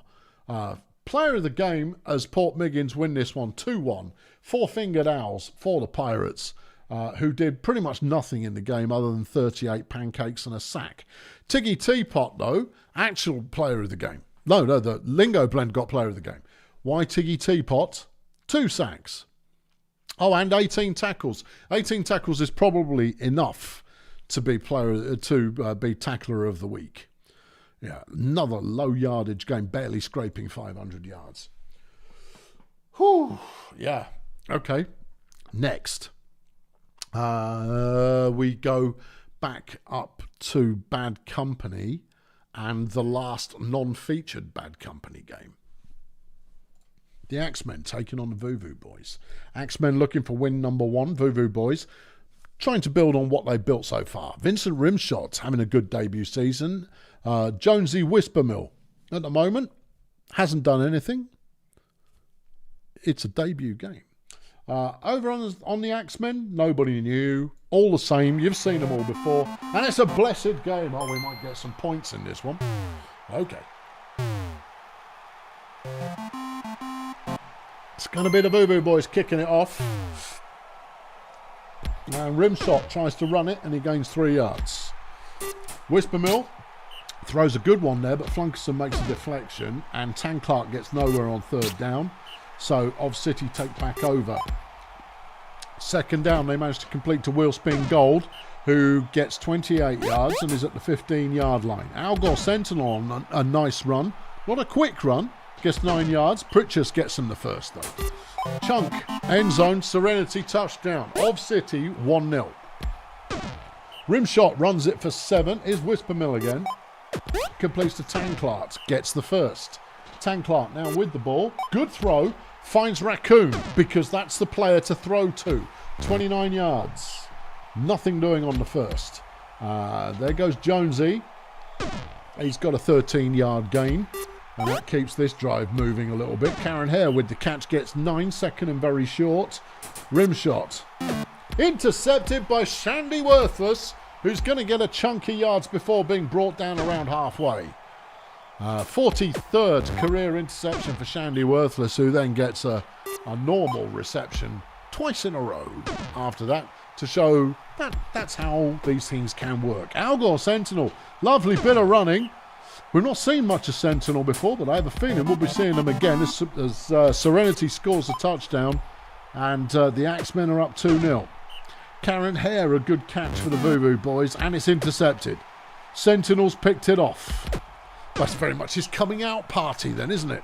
His first career interception as Serenity gets another touchdown. It's a blessed game.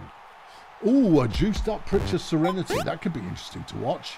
Well, stay tuned. It's coming up. Ocean Tanklar doing a 25-yard gain. See, I think Ocean Tanklar is a flipping liability. I think. Only runner 3, but I've never seen Tanklar do anything useful or interesting. Only just be looked at as a disappointment. 3rd and 11. Whispermill can only get 2. Serenity throws the ball. Worthless with the catch, and that's an instant first down for the Axemen. Flunkerson running it. He gets the first. It's a 12-yard gain. Sentinel. Who is this guy? I don't know, but he's good, isn't he? Yeah, that's a 24-yard run from Algor Sentinel. Pritchard throws it. Gold with the catch. That's 18 yards gain. Flunkerson throws. Worthless touchdown. 4-0 Axemen. Really? Yeah. Hold on. Fumble. Oh, dear. Wheelspin has recovered the fumble. The Axemen taking the ball back again. Bertha managing to make a deflection, but it's 3rd and 3. And there goes Sentinel for the 4 yards needed for the first down. Tan Clark makes a deflection. Big whoop. You're still a bum. Worthless catches a 4-yarder. Sentinel runs it the rest of the way. Touchdown. 5-0. Jonesy. Nothing doing. Tan Clark completes the pass for 10 yards, but it's not quite enough. And Of City take back over again. Flunkerson, good piece of running. Has the first down to keep the drive alive. Sentinel picks up 5. 6 carries for 82 he's got so far. So he's averaging over 12. Not bad. Chunk picks up 1. It's 2nd and goal. And the Axemen are threatening to score again. Sentinel has got a touchdown. That's his 2nd of the season. 2nd of the game, more like. All right. Voodoo Boys, this drive, or we're turbo boosting. All right. Tanklar throws. It's caught by Raccoon. And that's a first down. 26 yards gained. Rim shot. Waits. It's deflected in the end zone by Worthless. Jonesy throws. Bertha down at the 2-yard line. Tanklarts throws it out the back of the end zone. 2nd and goal. Rim shot. Sacked by Evan Carchaser. 3rd and goal. Jonesy stuffed. Oh dear. Oh, as you say, dear. Yeah. And a nice run from Pritchard Serenity for 38 yards. Sentinel can only get 1. Serenity throws the ball. It's deflected by Raccoon. Raccoon now with the catch gets 13 yards. Whispermill throws it to Hare, who goes 21. Here goes Tanklar. That one's caught by Hare for a touchdown, and the Voodoo Boys are on the scoreboard.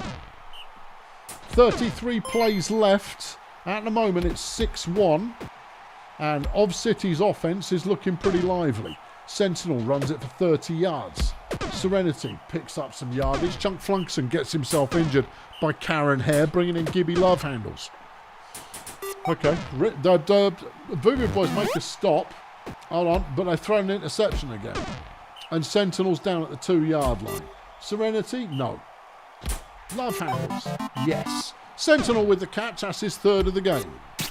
Don't let him touch the ball again. He might not ever he might never stop running. Bertha Raccoon, a 38-yard gain. Karen Hare with a good catch. Breaks a tackle from Serenity. Has the touchdown. Beautiful play from Karen Hare. 7-2 though. It's a bit late for Karen Hare to be getting heavily involved in this one. Sentinels fumbled it. And it's been picked up by the Axeman. You can't even get a break when you force a fumble. Sentinel gains 4. He's on 140 yards carrying in this, which is a debut. That's not bad. Sentinel touchdown. Yeah. Hold on. He's also intercepted the ball and got a touchdown. Who is this guy? I don't know, but he's suddenly being scouted by many owners. Go, whoa. Who's this dude? Have I got one that looks just like him? He's picked off another one. Al Gore Sentinel. 4 interceptions in the season. Is that all in this game? It might be. He's made another nice run there as well. He might be player of the week. 114 fan points, I should say so. Final score of City 9, Voodoo Boys 2. Al Gore Sentinel, 114 fan points, and that's his first career start. 178 yards rushing. Yeah. 5 touchdowns, a pass deflection, 4 interceptions. Okay then. Yeah. Bertha Raccoon for the Voodoo Boys. 66 fan points, 159 receiving, and 6 deflections. Good performance from Bertha. Good performance from Bertha. Yeah. Yeah. Stick Tanklar in a mincing machine. He's hopeless. Yeah. I've been saying it for multiple sessions, and I'm right. Flip it down to Fail Brigade.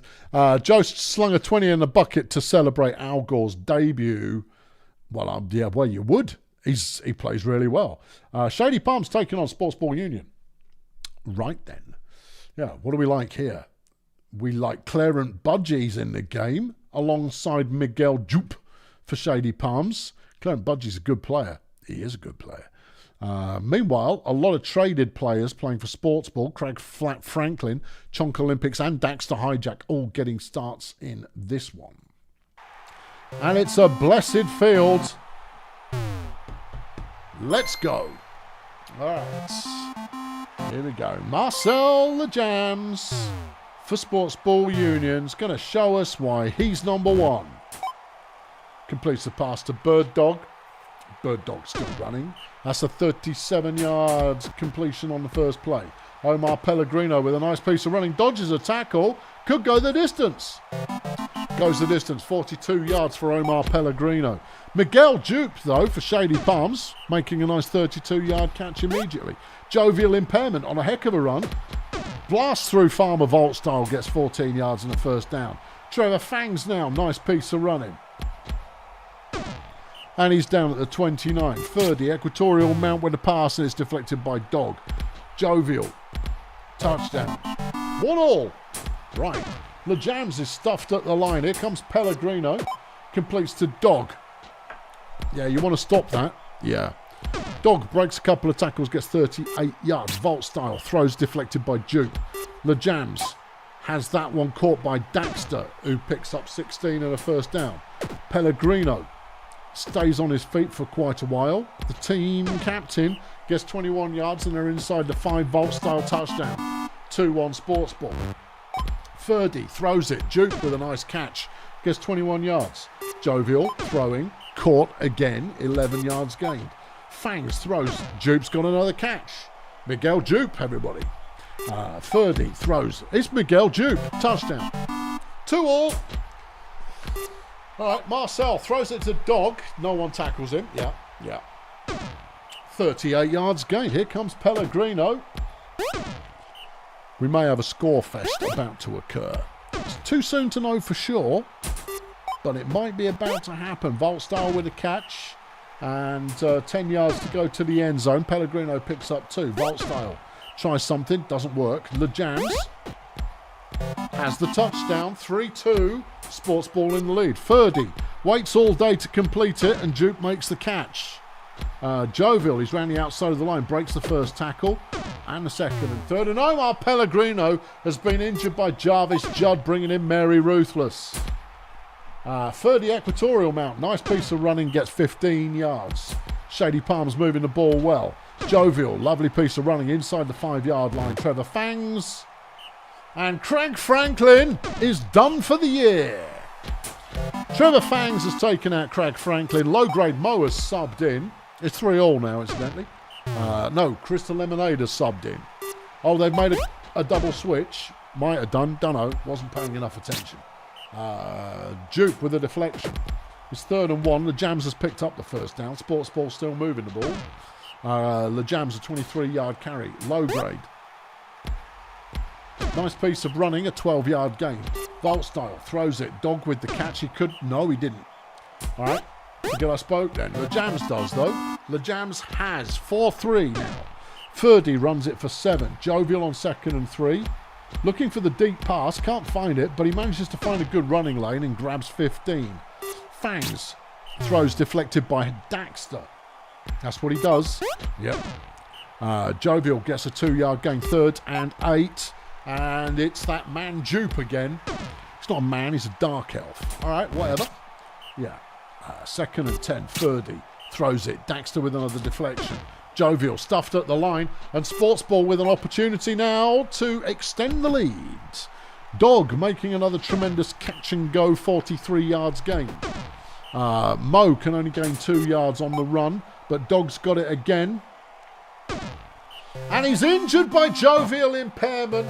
Mary Ruthless has subbed in this time around. They've been doing a bit of a switcheroo as Lejams makes it 5-3. Daxter's intercepted the ball and it's a pick 6. He's good at that. Yeah. It's now 6-3. Sports Ball having done just enough despite being down to, I don't know, 3rd team, 4th. It's anyone's guess, but Jovial Impairment's making a lovely bit of running there thanks to some great blocks from the team. Trevor Fang's now trying the same thing, does the same thing. First down, 18-yard gain. Ferdy goes, oh, I'll have some of that as well. And Ferdy's going to score a touchdown. 6-4. Is the attrition being levelled on Sports Ball Union going to something the doodah? Mary Ruthless is sacked by Clarence Budgie. Farmer Voltstyle completes the pass to Daxter, who gets the first down. Lejams on 1st and 10. Runs it all the way to the end zone. 7-4 the score now. Ferdy throws a pass that's deflected. Jovial.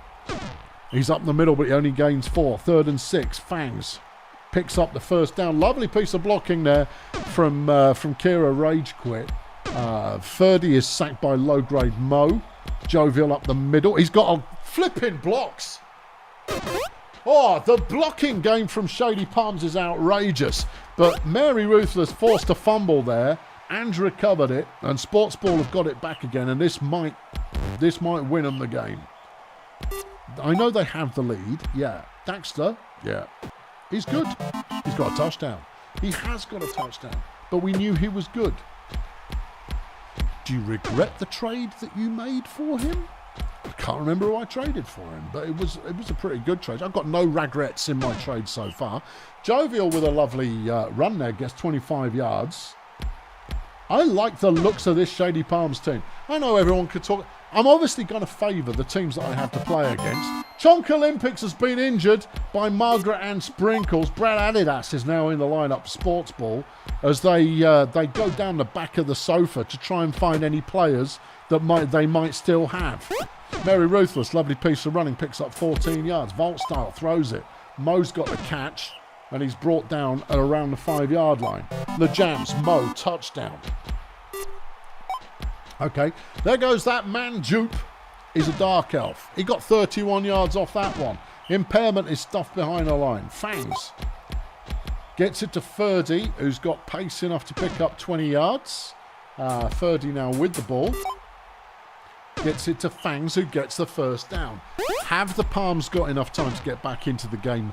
Only if they can force a couple of turnovers, as Fangs makes it 9-6. Jupe is shoved out of the way by Mo, who gets a first down for Sportsball. Mary Ruthless with the carry.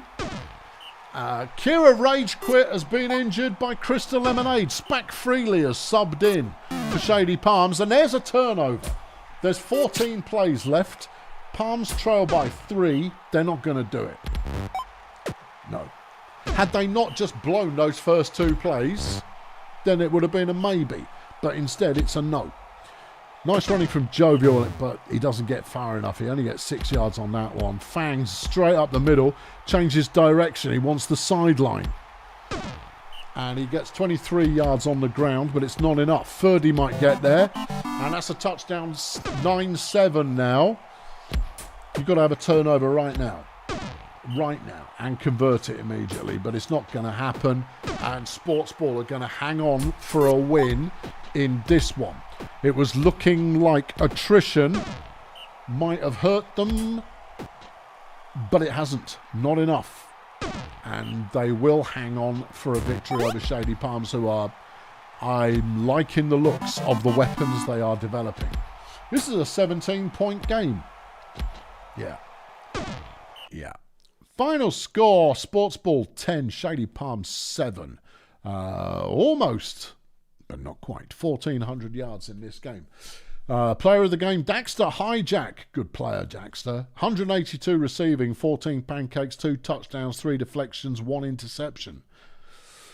For Shady Palms, Ferdy Equatorial Mount with 54 fan points in total, 160 passing, 100 rushing, 4 touchdowns, no defending. Apart, well, he got an interception. Yeah, all right. Yeah, fine.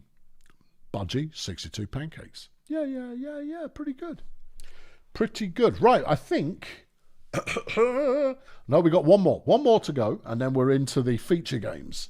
Sunshine Fun Bus are taking on the Nomads in a bloodbath. Let's flipping go. Umbriel Lafferty is getting a start for the Fun Bus alongside Felicia Wintercoat. On the Nomads side of things, nothing. Same team as last year. Well, I mean, they were on the squad last year. So who knows? Who indeed knows? It's going to be the Nomads starting with the ball. Ilma Shelf Space, having the pass deflected by Tommy Keys. Joey Bug Out is stuffed after just 1 yard. Cole Warehouse completes the Bug Out, and the Fun Bus takes over. Nowhere on first down, but Dark Mode Enya makes a catch for 8. Then has the ball, and it's deflected by Shelf Space. Back to the Nomads then. Melvin Glitch catches a 27-yarder. Bug Out completes the glitch again. And that's 30 yards gained. Warehouse now running the ball, picks up 4. 2nd and 5. Shelf Space throws it away. 3rd and 5. Bug Out completes the glitch for the touchdown. 1-0 Nomads. DeCaro with a nice attempt downfield. It didn't really come off.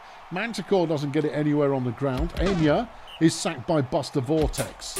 Back to the Nomads. Enya with the deflection. Bug Out throws to Shelfie, who gets 17 yards. Warehouse. Glitch again with the catch, and that's another touchdown.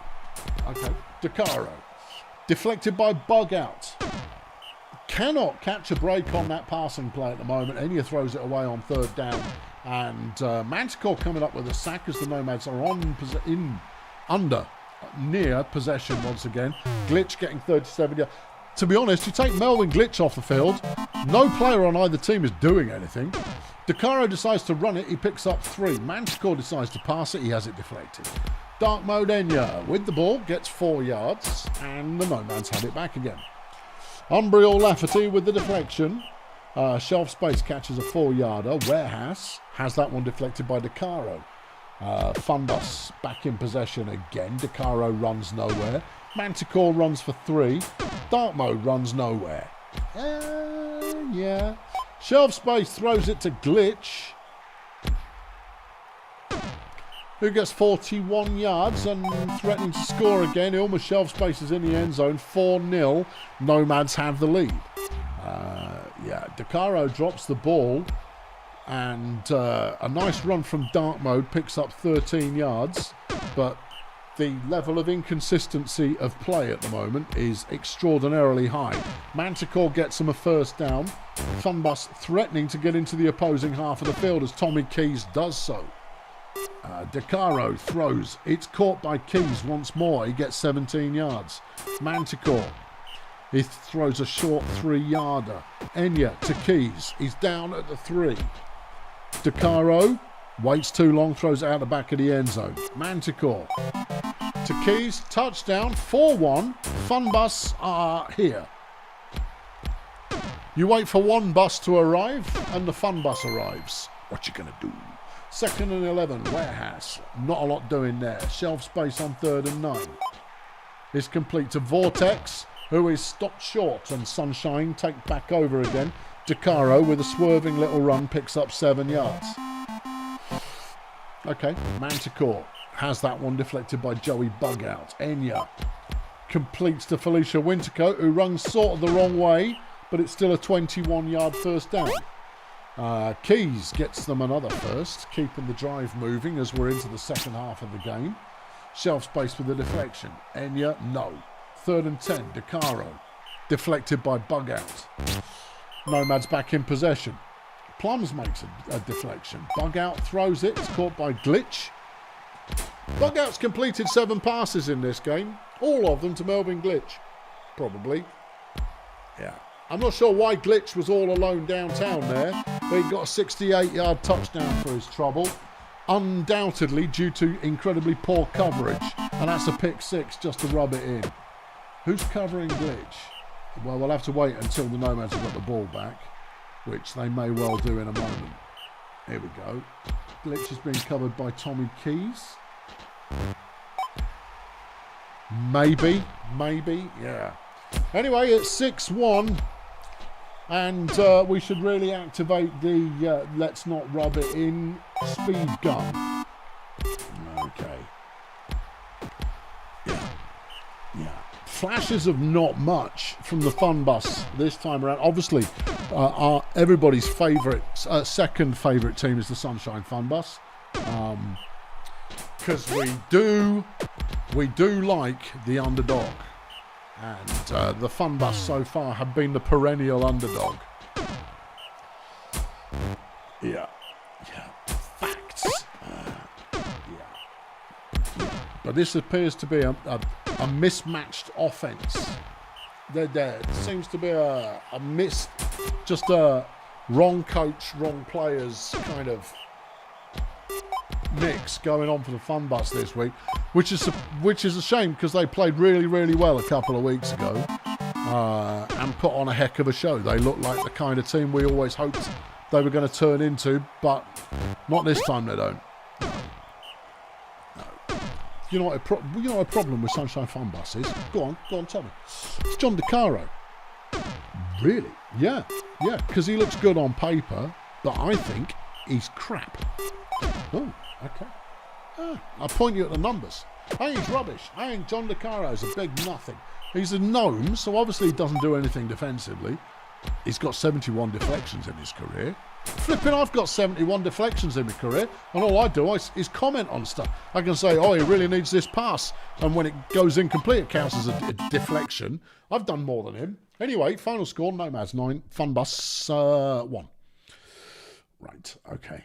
Not a good result for the Fun Bus. Joey Bugout, 83 fan points, is player of the game, largely due to those deflections, I reckon.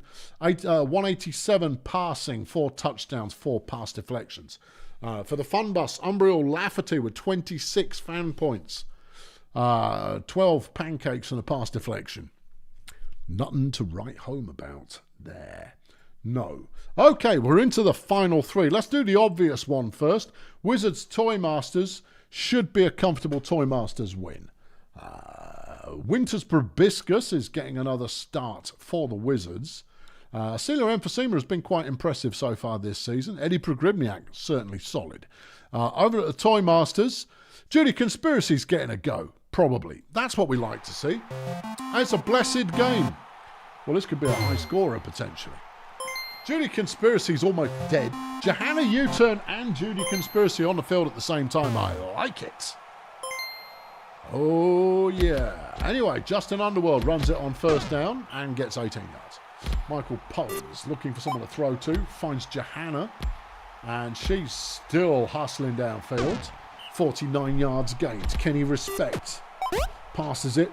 Johanna with the catch, and that's a touchdown. Toy Masters up 1-0. Wizards now. Tension throws it. You were over the flipping line of scrimmage there, but it didn't matter. It was incomplete anyway. But this is a nice run from Energy Hussein. 20 yards on the ground. Lenny Luxury throws a short one. Multiple tackles broken, but still behind the line eventually. But Eddie Progribniak's got a good 32-yard gain there. Hussein throws it, deflected by Respect. Luxury has that one deflected as well. Tension, and has that one deflected as well. Underworld is sacked by Luxury. Poems looking for an open target. Picks out Judy Conspiracy, who gets 23 yards. Kenny runs it, picks up a couple. Underworld now with the ball. Stuffed at the line. Poems, 3rd and 8. Deflected by Emphysema. Back to the Wizards, and Emphysema makes a catch and is going to carry it down to about a 25-yard line, 37 yards. Hussein, Progribniak, touchdown, Wizards. 1-1. Okay. Underworld with a 1-yard run. Poems throws it. Judy's got the ball. 56 yards for Judy Conspiracy. Kenny is stuffed behind the line. Here comes Underworld. Good piece of running. Dodging and swerving in and out of tackles there, gets 8 yards. But it's intercepted, and Progribniak's made the interception, which is going to make fantasy people all around the world very happy. Eddie Progribniak, another bargain player to have on your team. He then gets him a cheeky first down when it looked like all hope was lost. Emphysema gets a 9-yarder. Hussein gets him the first down, smashes through a couple of tackles, gets 9 yards. Lenny Luxury.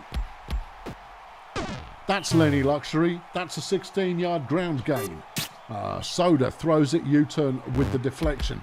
Progribniak, don't know what he was involved in there. I don't think I was looking at the right player. Whatever. Lenny Luxury, a good first down run. Yep. Respect with the deflection. Hussein running the ball again. Breaks the tackle, gets 3. 3rd and 6. And that's another first down. Wizards are doing the work. They get 9 yards on the carry there. They're looking at the goal line. Hussein not quite getting the first down. Luxury wasting the opportunity. Underworld, with all time to pass from inside his own end zone, throws it out to U-turn for 27 yards. Anger Panda comes up with a sack. Respect is stuffed for a loss. It's 3rd and 14. And Judy Conspiracy's got a catch. That's a 51-yard Judy Conspiracy reception. 130 yards she's got in the game so far off 3 catches. Yeah. Okay, Underworld does 20. Sack from the Panda. Poems looking for someone in the end zone. Well, it was looking the wrong way then. Kenny Respect on 3rd and goal runs it in. It's 2-1 Toy Masters. Soda throws it. Progribniak with the catch. Gets 32 yards. Wizards trying to turn this one into points. Luxury sacked by Scratchboard. Here's Soda. Optimistic. Yeah, it didn't work. Okay. It's half time and the Toy Masters are up 2-1 on a blessed field. The Wizards doing a very nice job at containing them so far. But the Toy Masters very much having the lead as Respect is going to get a nice catch. 27 yards gained and he now has possession. He throws it out there. U-turn's got the catch. Lovely. Okay. Underworld throws another 15 yards gained. Poems deflected by Emphysema on the goal line. Respect is feeling chancy. He runs it a bit and it doesn't really pay off. Underworld deflected. Good piece of defense from the Wizards. They take possession back again. Soda throws for 6. Emphysema's going to go for a bit of a run. Yep, 35 yards off a pass from Energy Hussein. Progribniak's doing what he usually does. He could go even further, but not quite. 40 yards for Eddie Progribniak. Soda deflected by Yuto. Hussein to the end zone, intercepted by Kenny Respect. And the Toy Masters managing to stop the tying score. Poems hauls one downfield. Judy Conspiracy's got the catch. She's going to score. 74-yard touchdown for Judy Conspiracy. She may not be able to defend, but I think she might actually be the fastest player in the league at the moment. Doesn't get to play very often because she is god-awful defensively and incredibly fragile. Incredibly fragile. Lovely run from Hussein. Like Energy Hussein. I like it. Yep. Not 100% there yet, but certainly brings a noise occasionally. Didn't bring the noise there. No, brought some silence there. Yes. Underworld with another run. Picks up 6. Poems. Throws deflected by Pogribniak. Respect.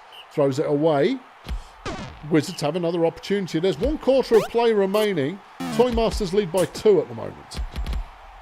Hold on, they got the ball back there somehow. I think it was an interception. Oh, okay. Yeah, it was Kenny who did it. Good for him.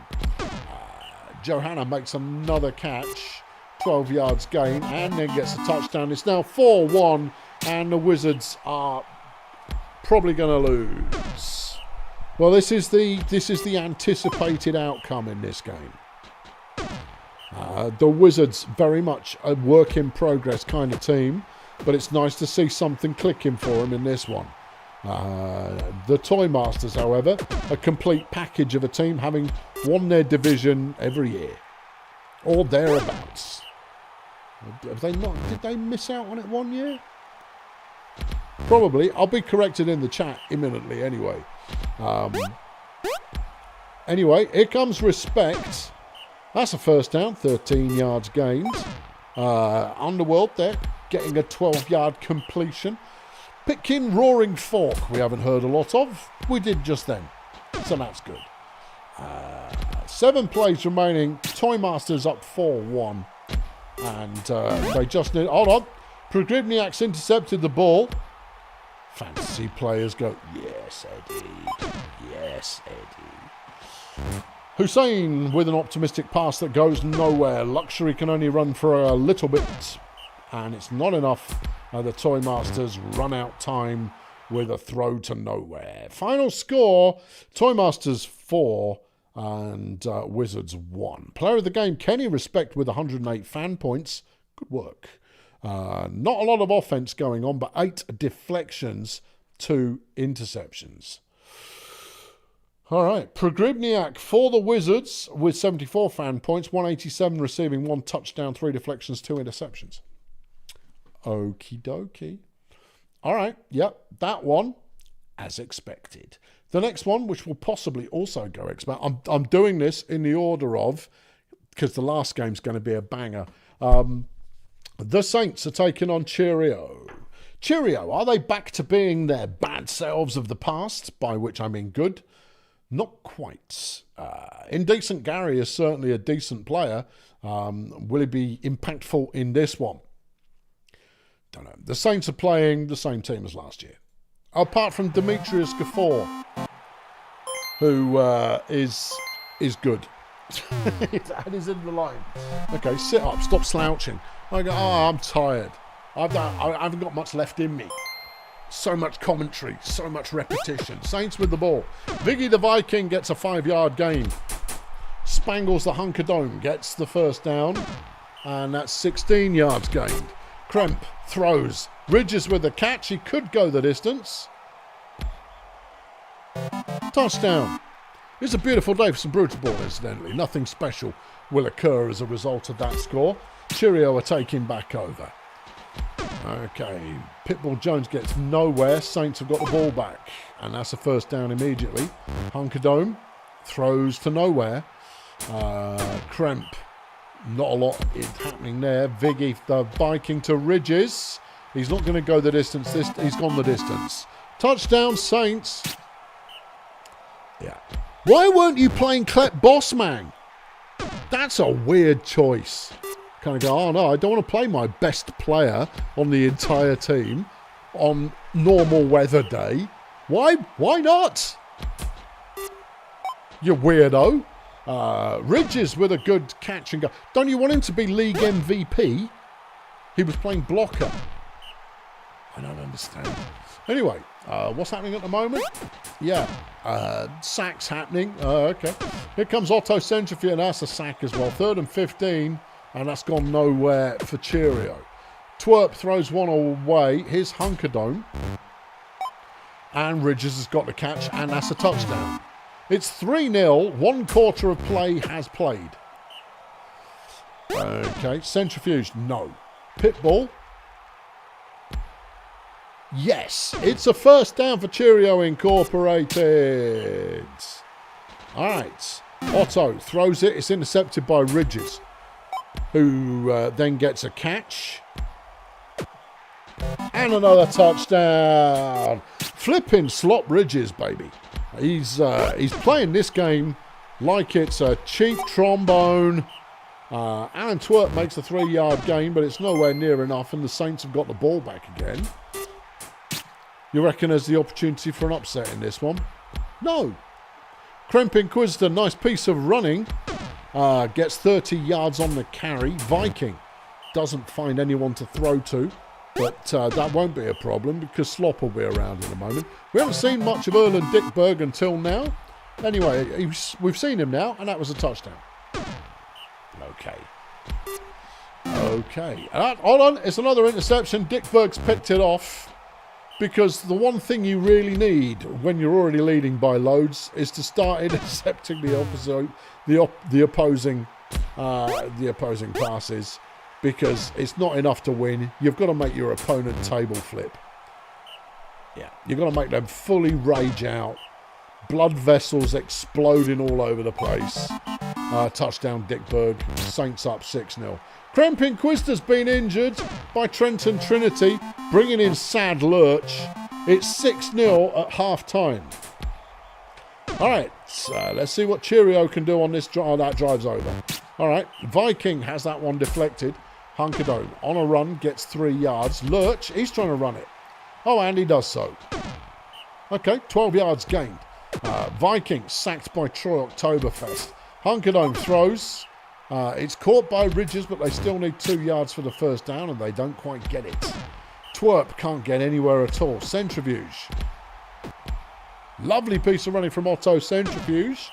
19 yards gained. Pitbull Jones. And it's intercepted by Zerwin Trumpet. Viking throws. Caught by Hunkerdome.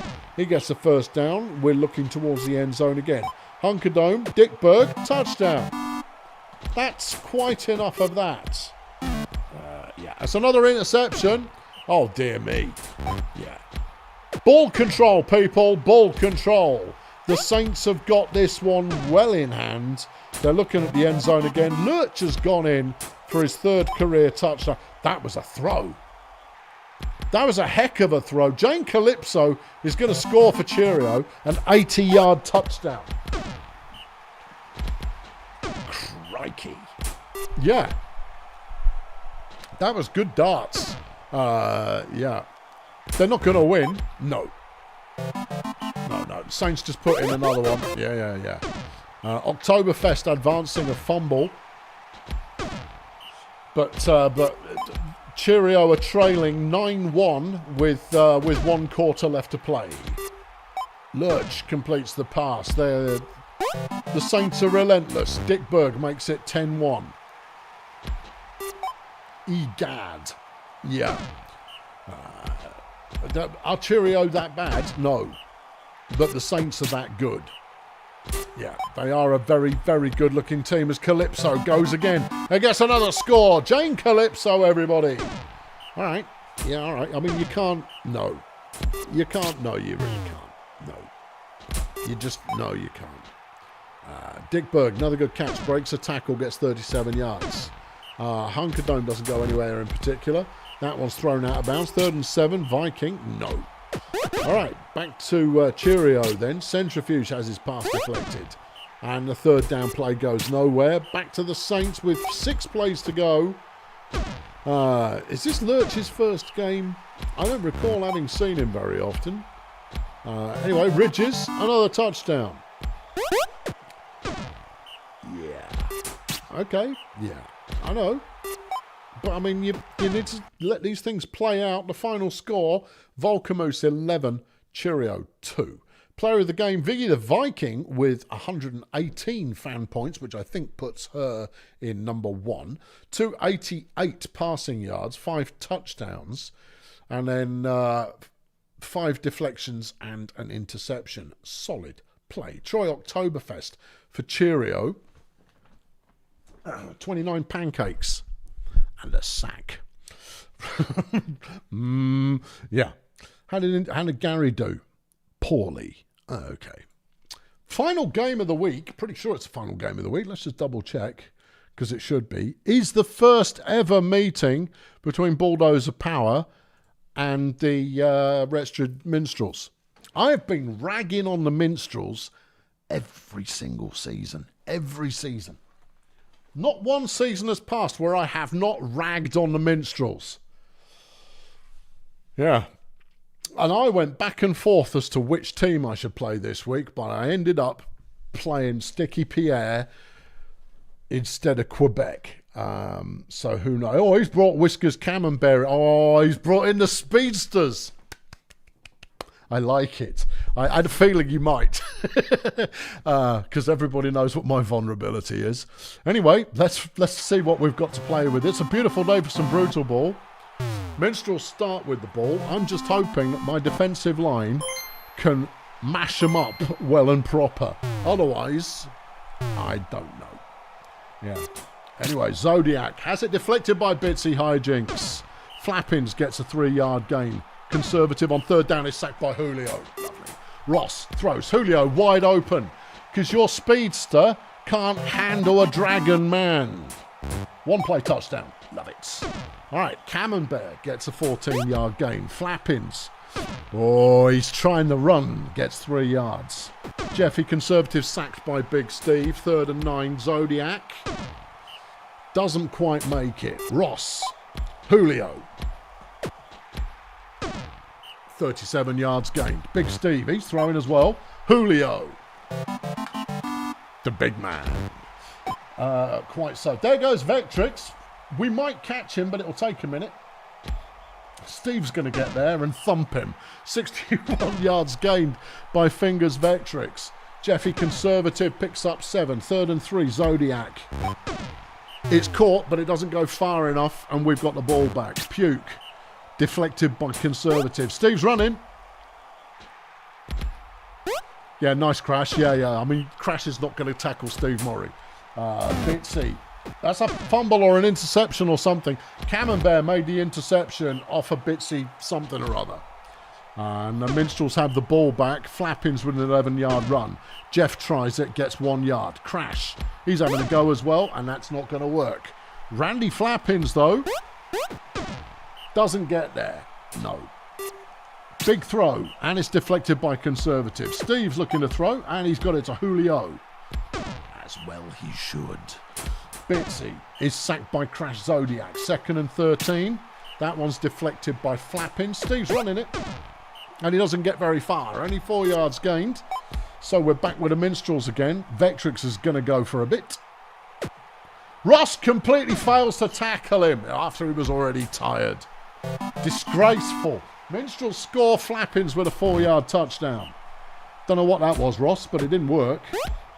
Steve. Get away from me, elf. Steve. A 43-yard Steve Murray run. Bitsy. Julio. Nope.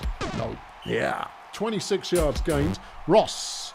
Just off target. Steve is stuffed at the line. Bitsy. Julio. Touchdown. All right. There goes Vectrix. Yeah. Just snap off both his legs. You've been griping about him for years. Nice sack, Steve. Now is your final chance to actually kill him. Anyway, Ross has it deflected by Flappins. Why? Steve's running it. And he's got a little bit of space. 26 yards gained from Big Steve. That one's intercepted. Jeffy Conservatives picked it off. This is going to be a close one. Yeah.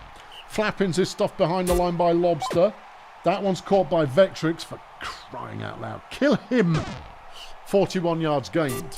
Zodiac throws. It's caught by Vectrix again. Flappins gets the first down. This is looking promising. It's a touchdown for Camembert, and we're all square at 3.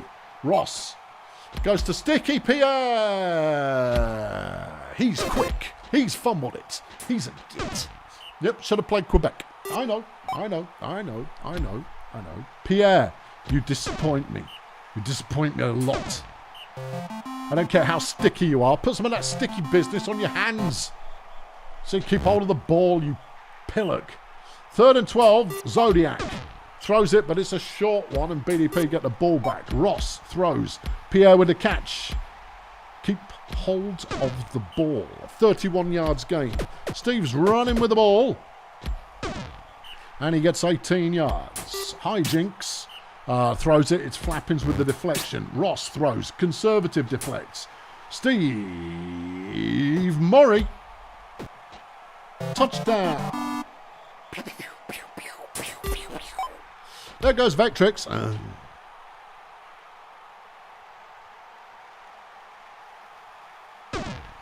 He's got one player. I know he's got one player. Just the one. Touchdown. All right, 4-all. Yeah, there goes Julio. Good work, Julio. Yeah, 42 yards gain. You know why Julio is great and Vectrix is scum, right? It's a tricky one. Go on, Steve. Right? Because Julio does it through brute force, whereas Vectrix does it by being a tedious, scampering little fast boy who catches boringly. Yeah, that's all. Hey, Ed Big Mother just made an interception. Lovely work, Ed. And then Steve's got a catch.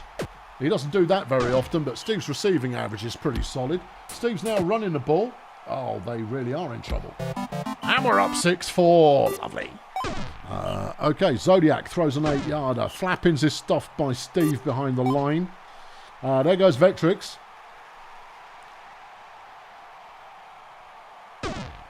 $62 yards, I ask you. Yeah, I know. Zodiac doesn't get very far. Here comes Flappins. Touchdown, Vectrix. 6-5. Last team with the ball wins. Steve on 2nd and 10. Good plan, Steve. Yeah. Steve has sort of figured out that if he runs the ball, things go well. Julio, good catch. Right, that's a touchdown. A 49-yarder from Julio Lobster. Yeah, it's not a low yardage game, no, is it? No, there goes Vectrix. He only got 24 on that one. Oh, he'll be gutted. Flappins, good run, gets 14 yards. Conservative throws. Flappins with the catch at 2nd and 1. Zodiac has it dropped by Camembert. And Steve gets his 3rd sack of the game. Pierre makes a 4-yard catch. There goes Julio. And he steps out of bounds to avoid embarrassing anybody unnecessarily. All right. Yeah, 34 yards gained from Julio. He's over 300 in this one. As Pierre gets his touchdown finally, and it's 8-5 BDP. All right, Pierre with a good deflection. I can relax a bit now. Yeah. We're not going to lose this one. Yeah, I mean, it's a massive shootout. This one. Loving the look of Randy Flappins. He's even doing a little bit of defense for you as well. Give him a training session or two and Flappins could be right problematic. Sticky Pierre dropped the ball. Should have played flipping Quebec. No. You play Quebec if you're on a blessed field. Because then Quebec turns into a full-on beast. Anyway, Vectrix has got another catch, look. Yeah. He has got a silly number of yards again. Final score, BDP 8. The Minstrels 5. Steve Murray, 112 fan points.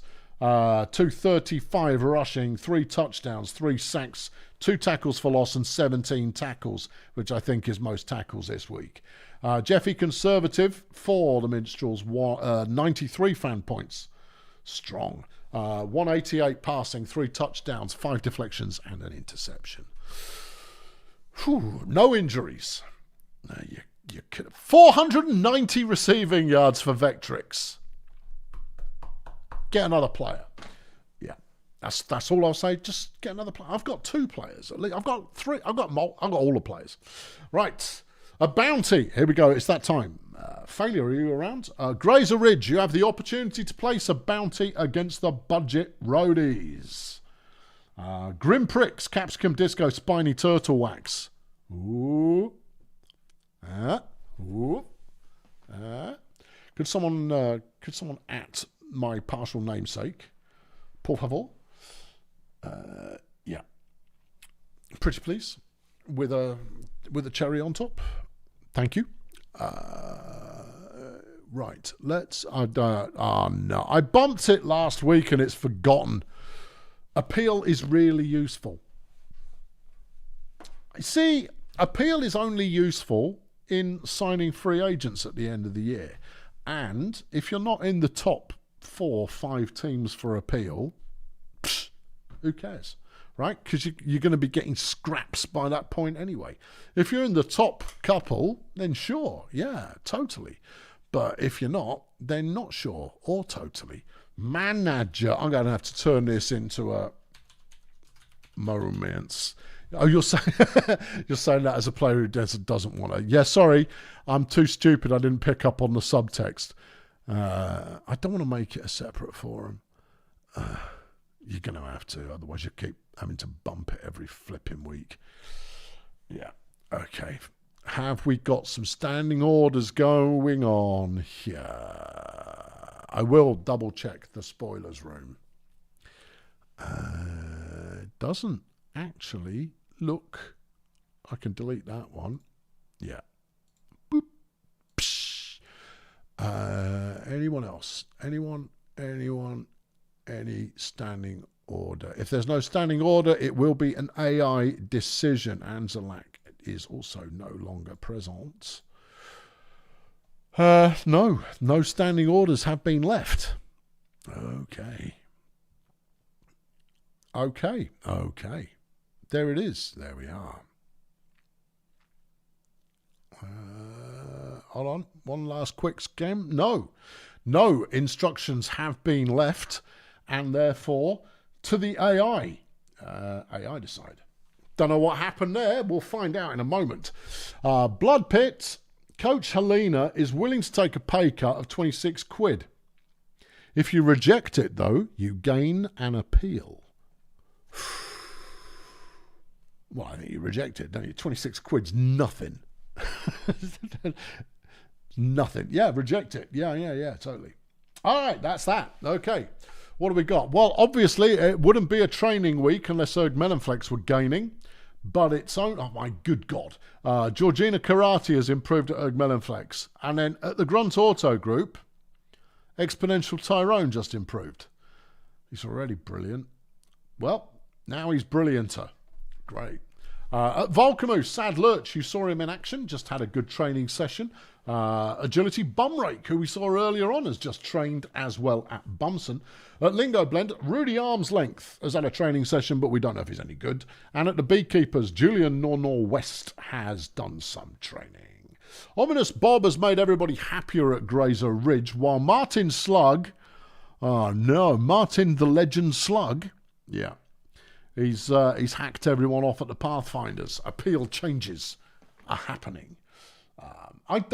What flipping hacks at Grunt Auto Group, frankly. The bouncers have decided not to underpay anybody, and at Grunt Auto Group, Gendrich Grippy just took a pay cut. Voluntarily. What a swizz! I don't believe it. Okay, right. Let's see who's done what. Pass deflections. Kenny Respect at the Toy Masters deflected 8 passes. Solid. Tackles for loss. Alondra Blood tackled for loss twice. Mina Failure picked up 3 sacks for the Pix Creek Miners. Al Gore Sentinel, 4 interceptions at the Of City Axemen. Tackles, it was Tiggy Teapot at the Lingo Blend All-Stars with 18, but Defensive Player of the Week is Kenny Respect at the Toy Masters. Flipping over to the offense, Pancakes, Paul Dagger at the Sea Raiders, 68 of them. Receiving yards, 490 for the Minstrels, Fingers Vectrix. Rush yards, Sonny Watt at the Sea Raiders, 295 yards on the ground. Pass yards, 400 yards from Crash Zodiac, all thrown at Fingers Vectrix, who gets the total yardage record of the week, while Melvin Glitch at the Nomads does offensive fan points, and Viggy the Viking at the Saints is the overall player of the week. All right, what have we got next? What have we got next? It looks like a divisional week to me, bruv. It is a divisional week next week.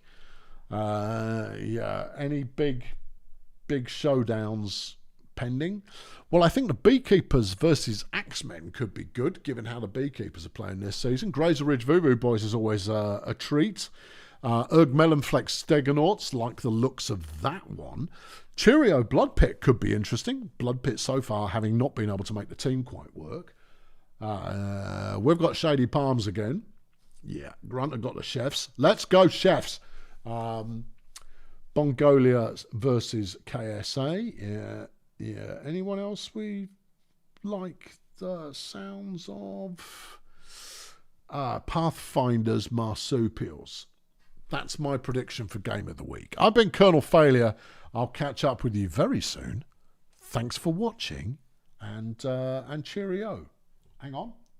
It's that button. Hooray.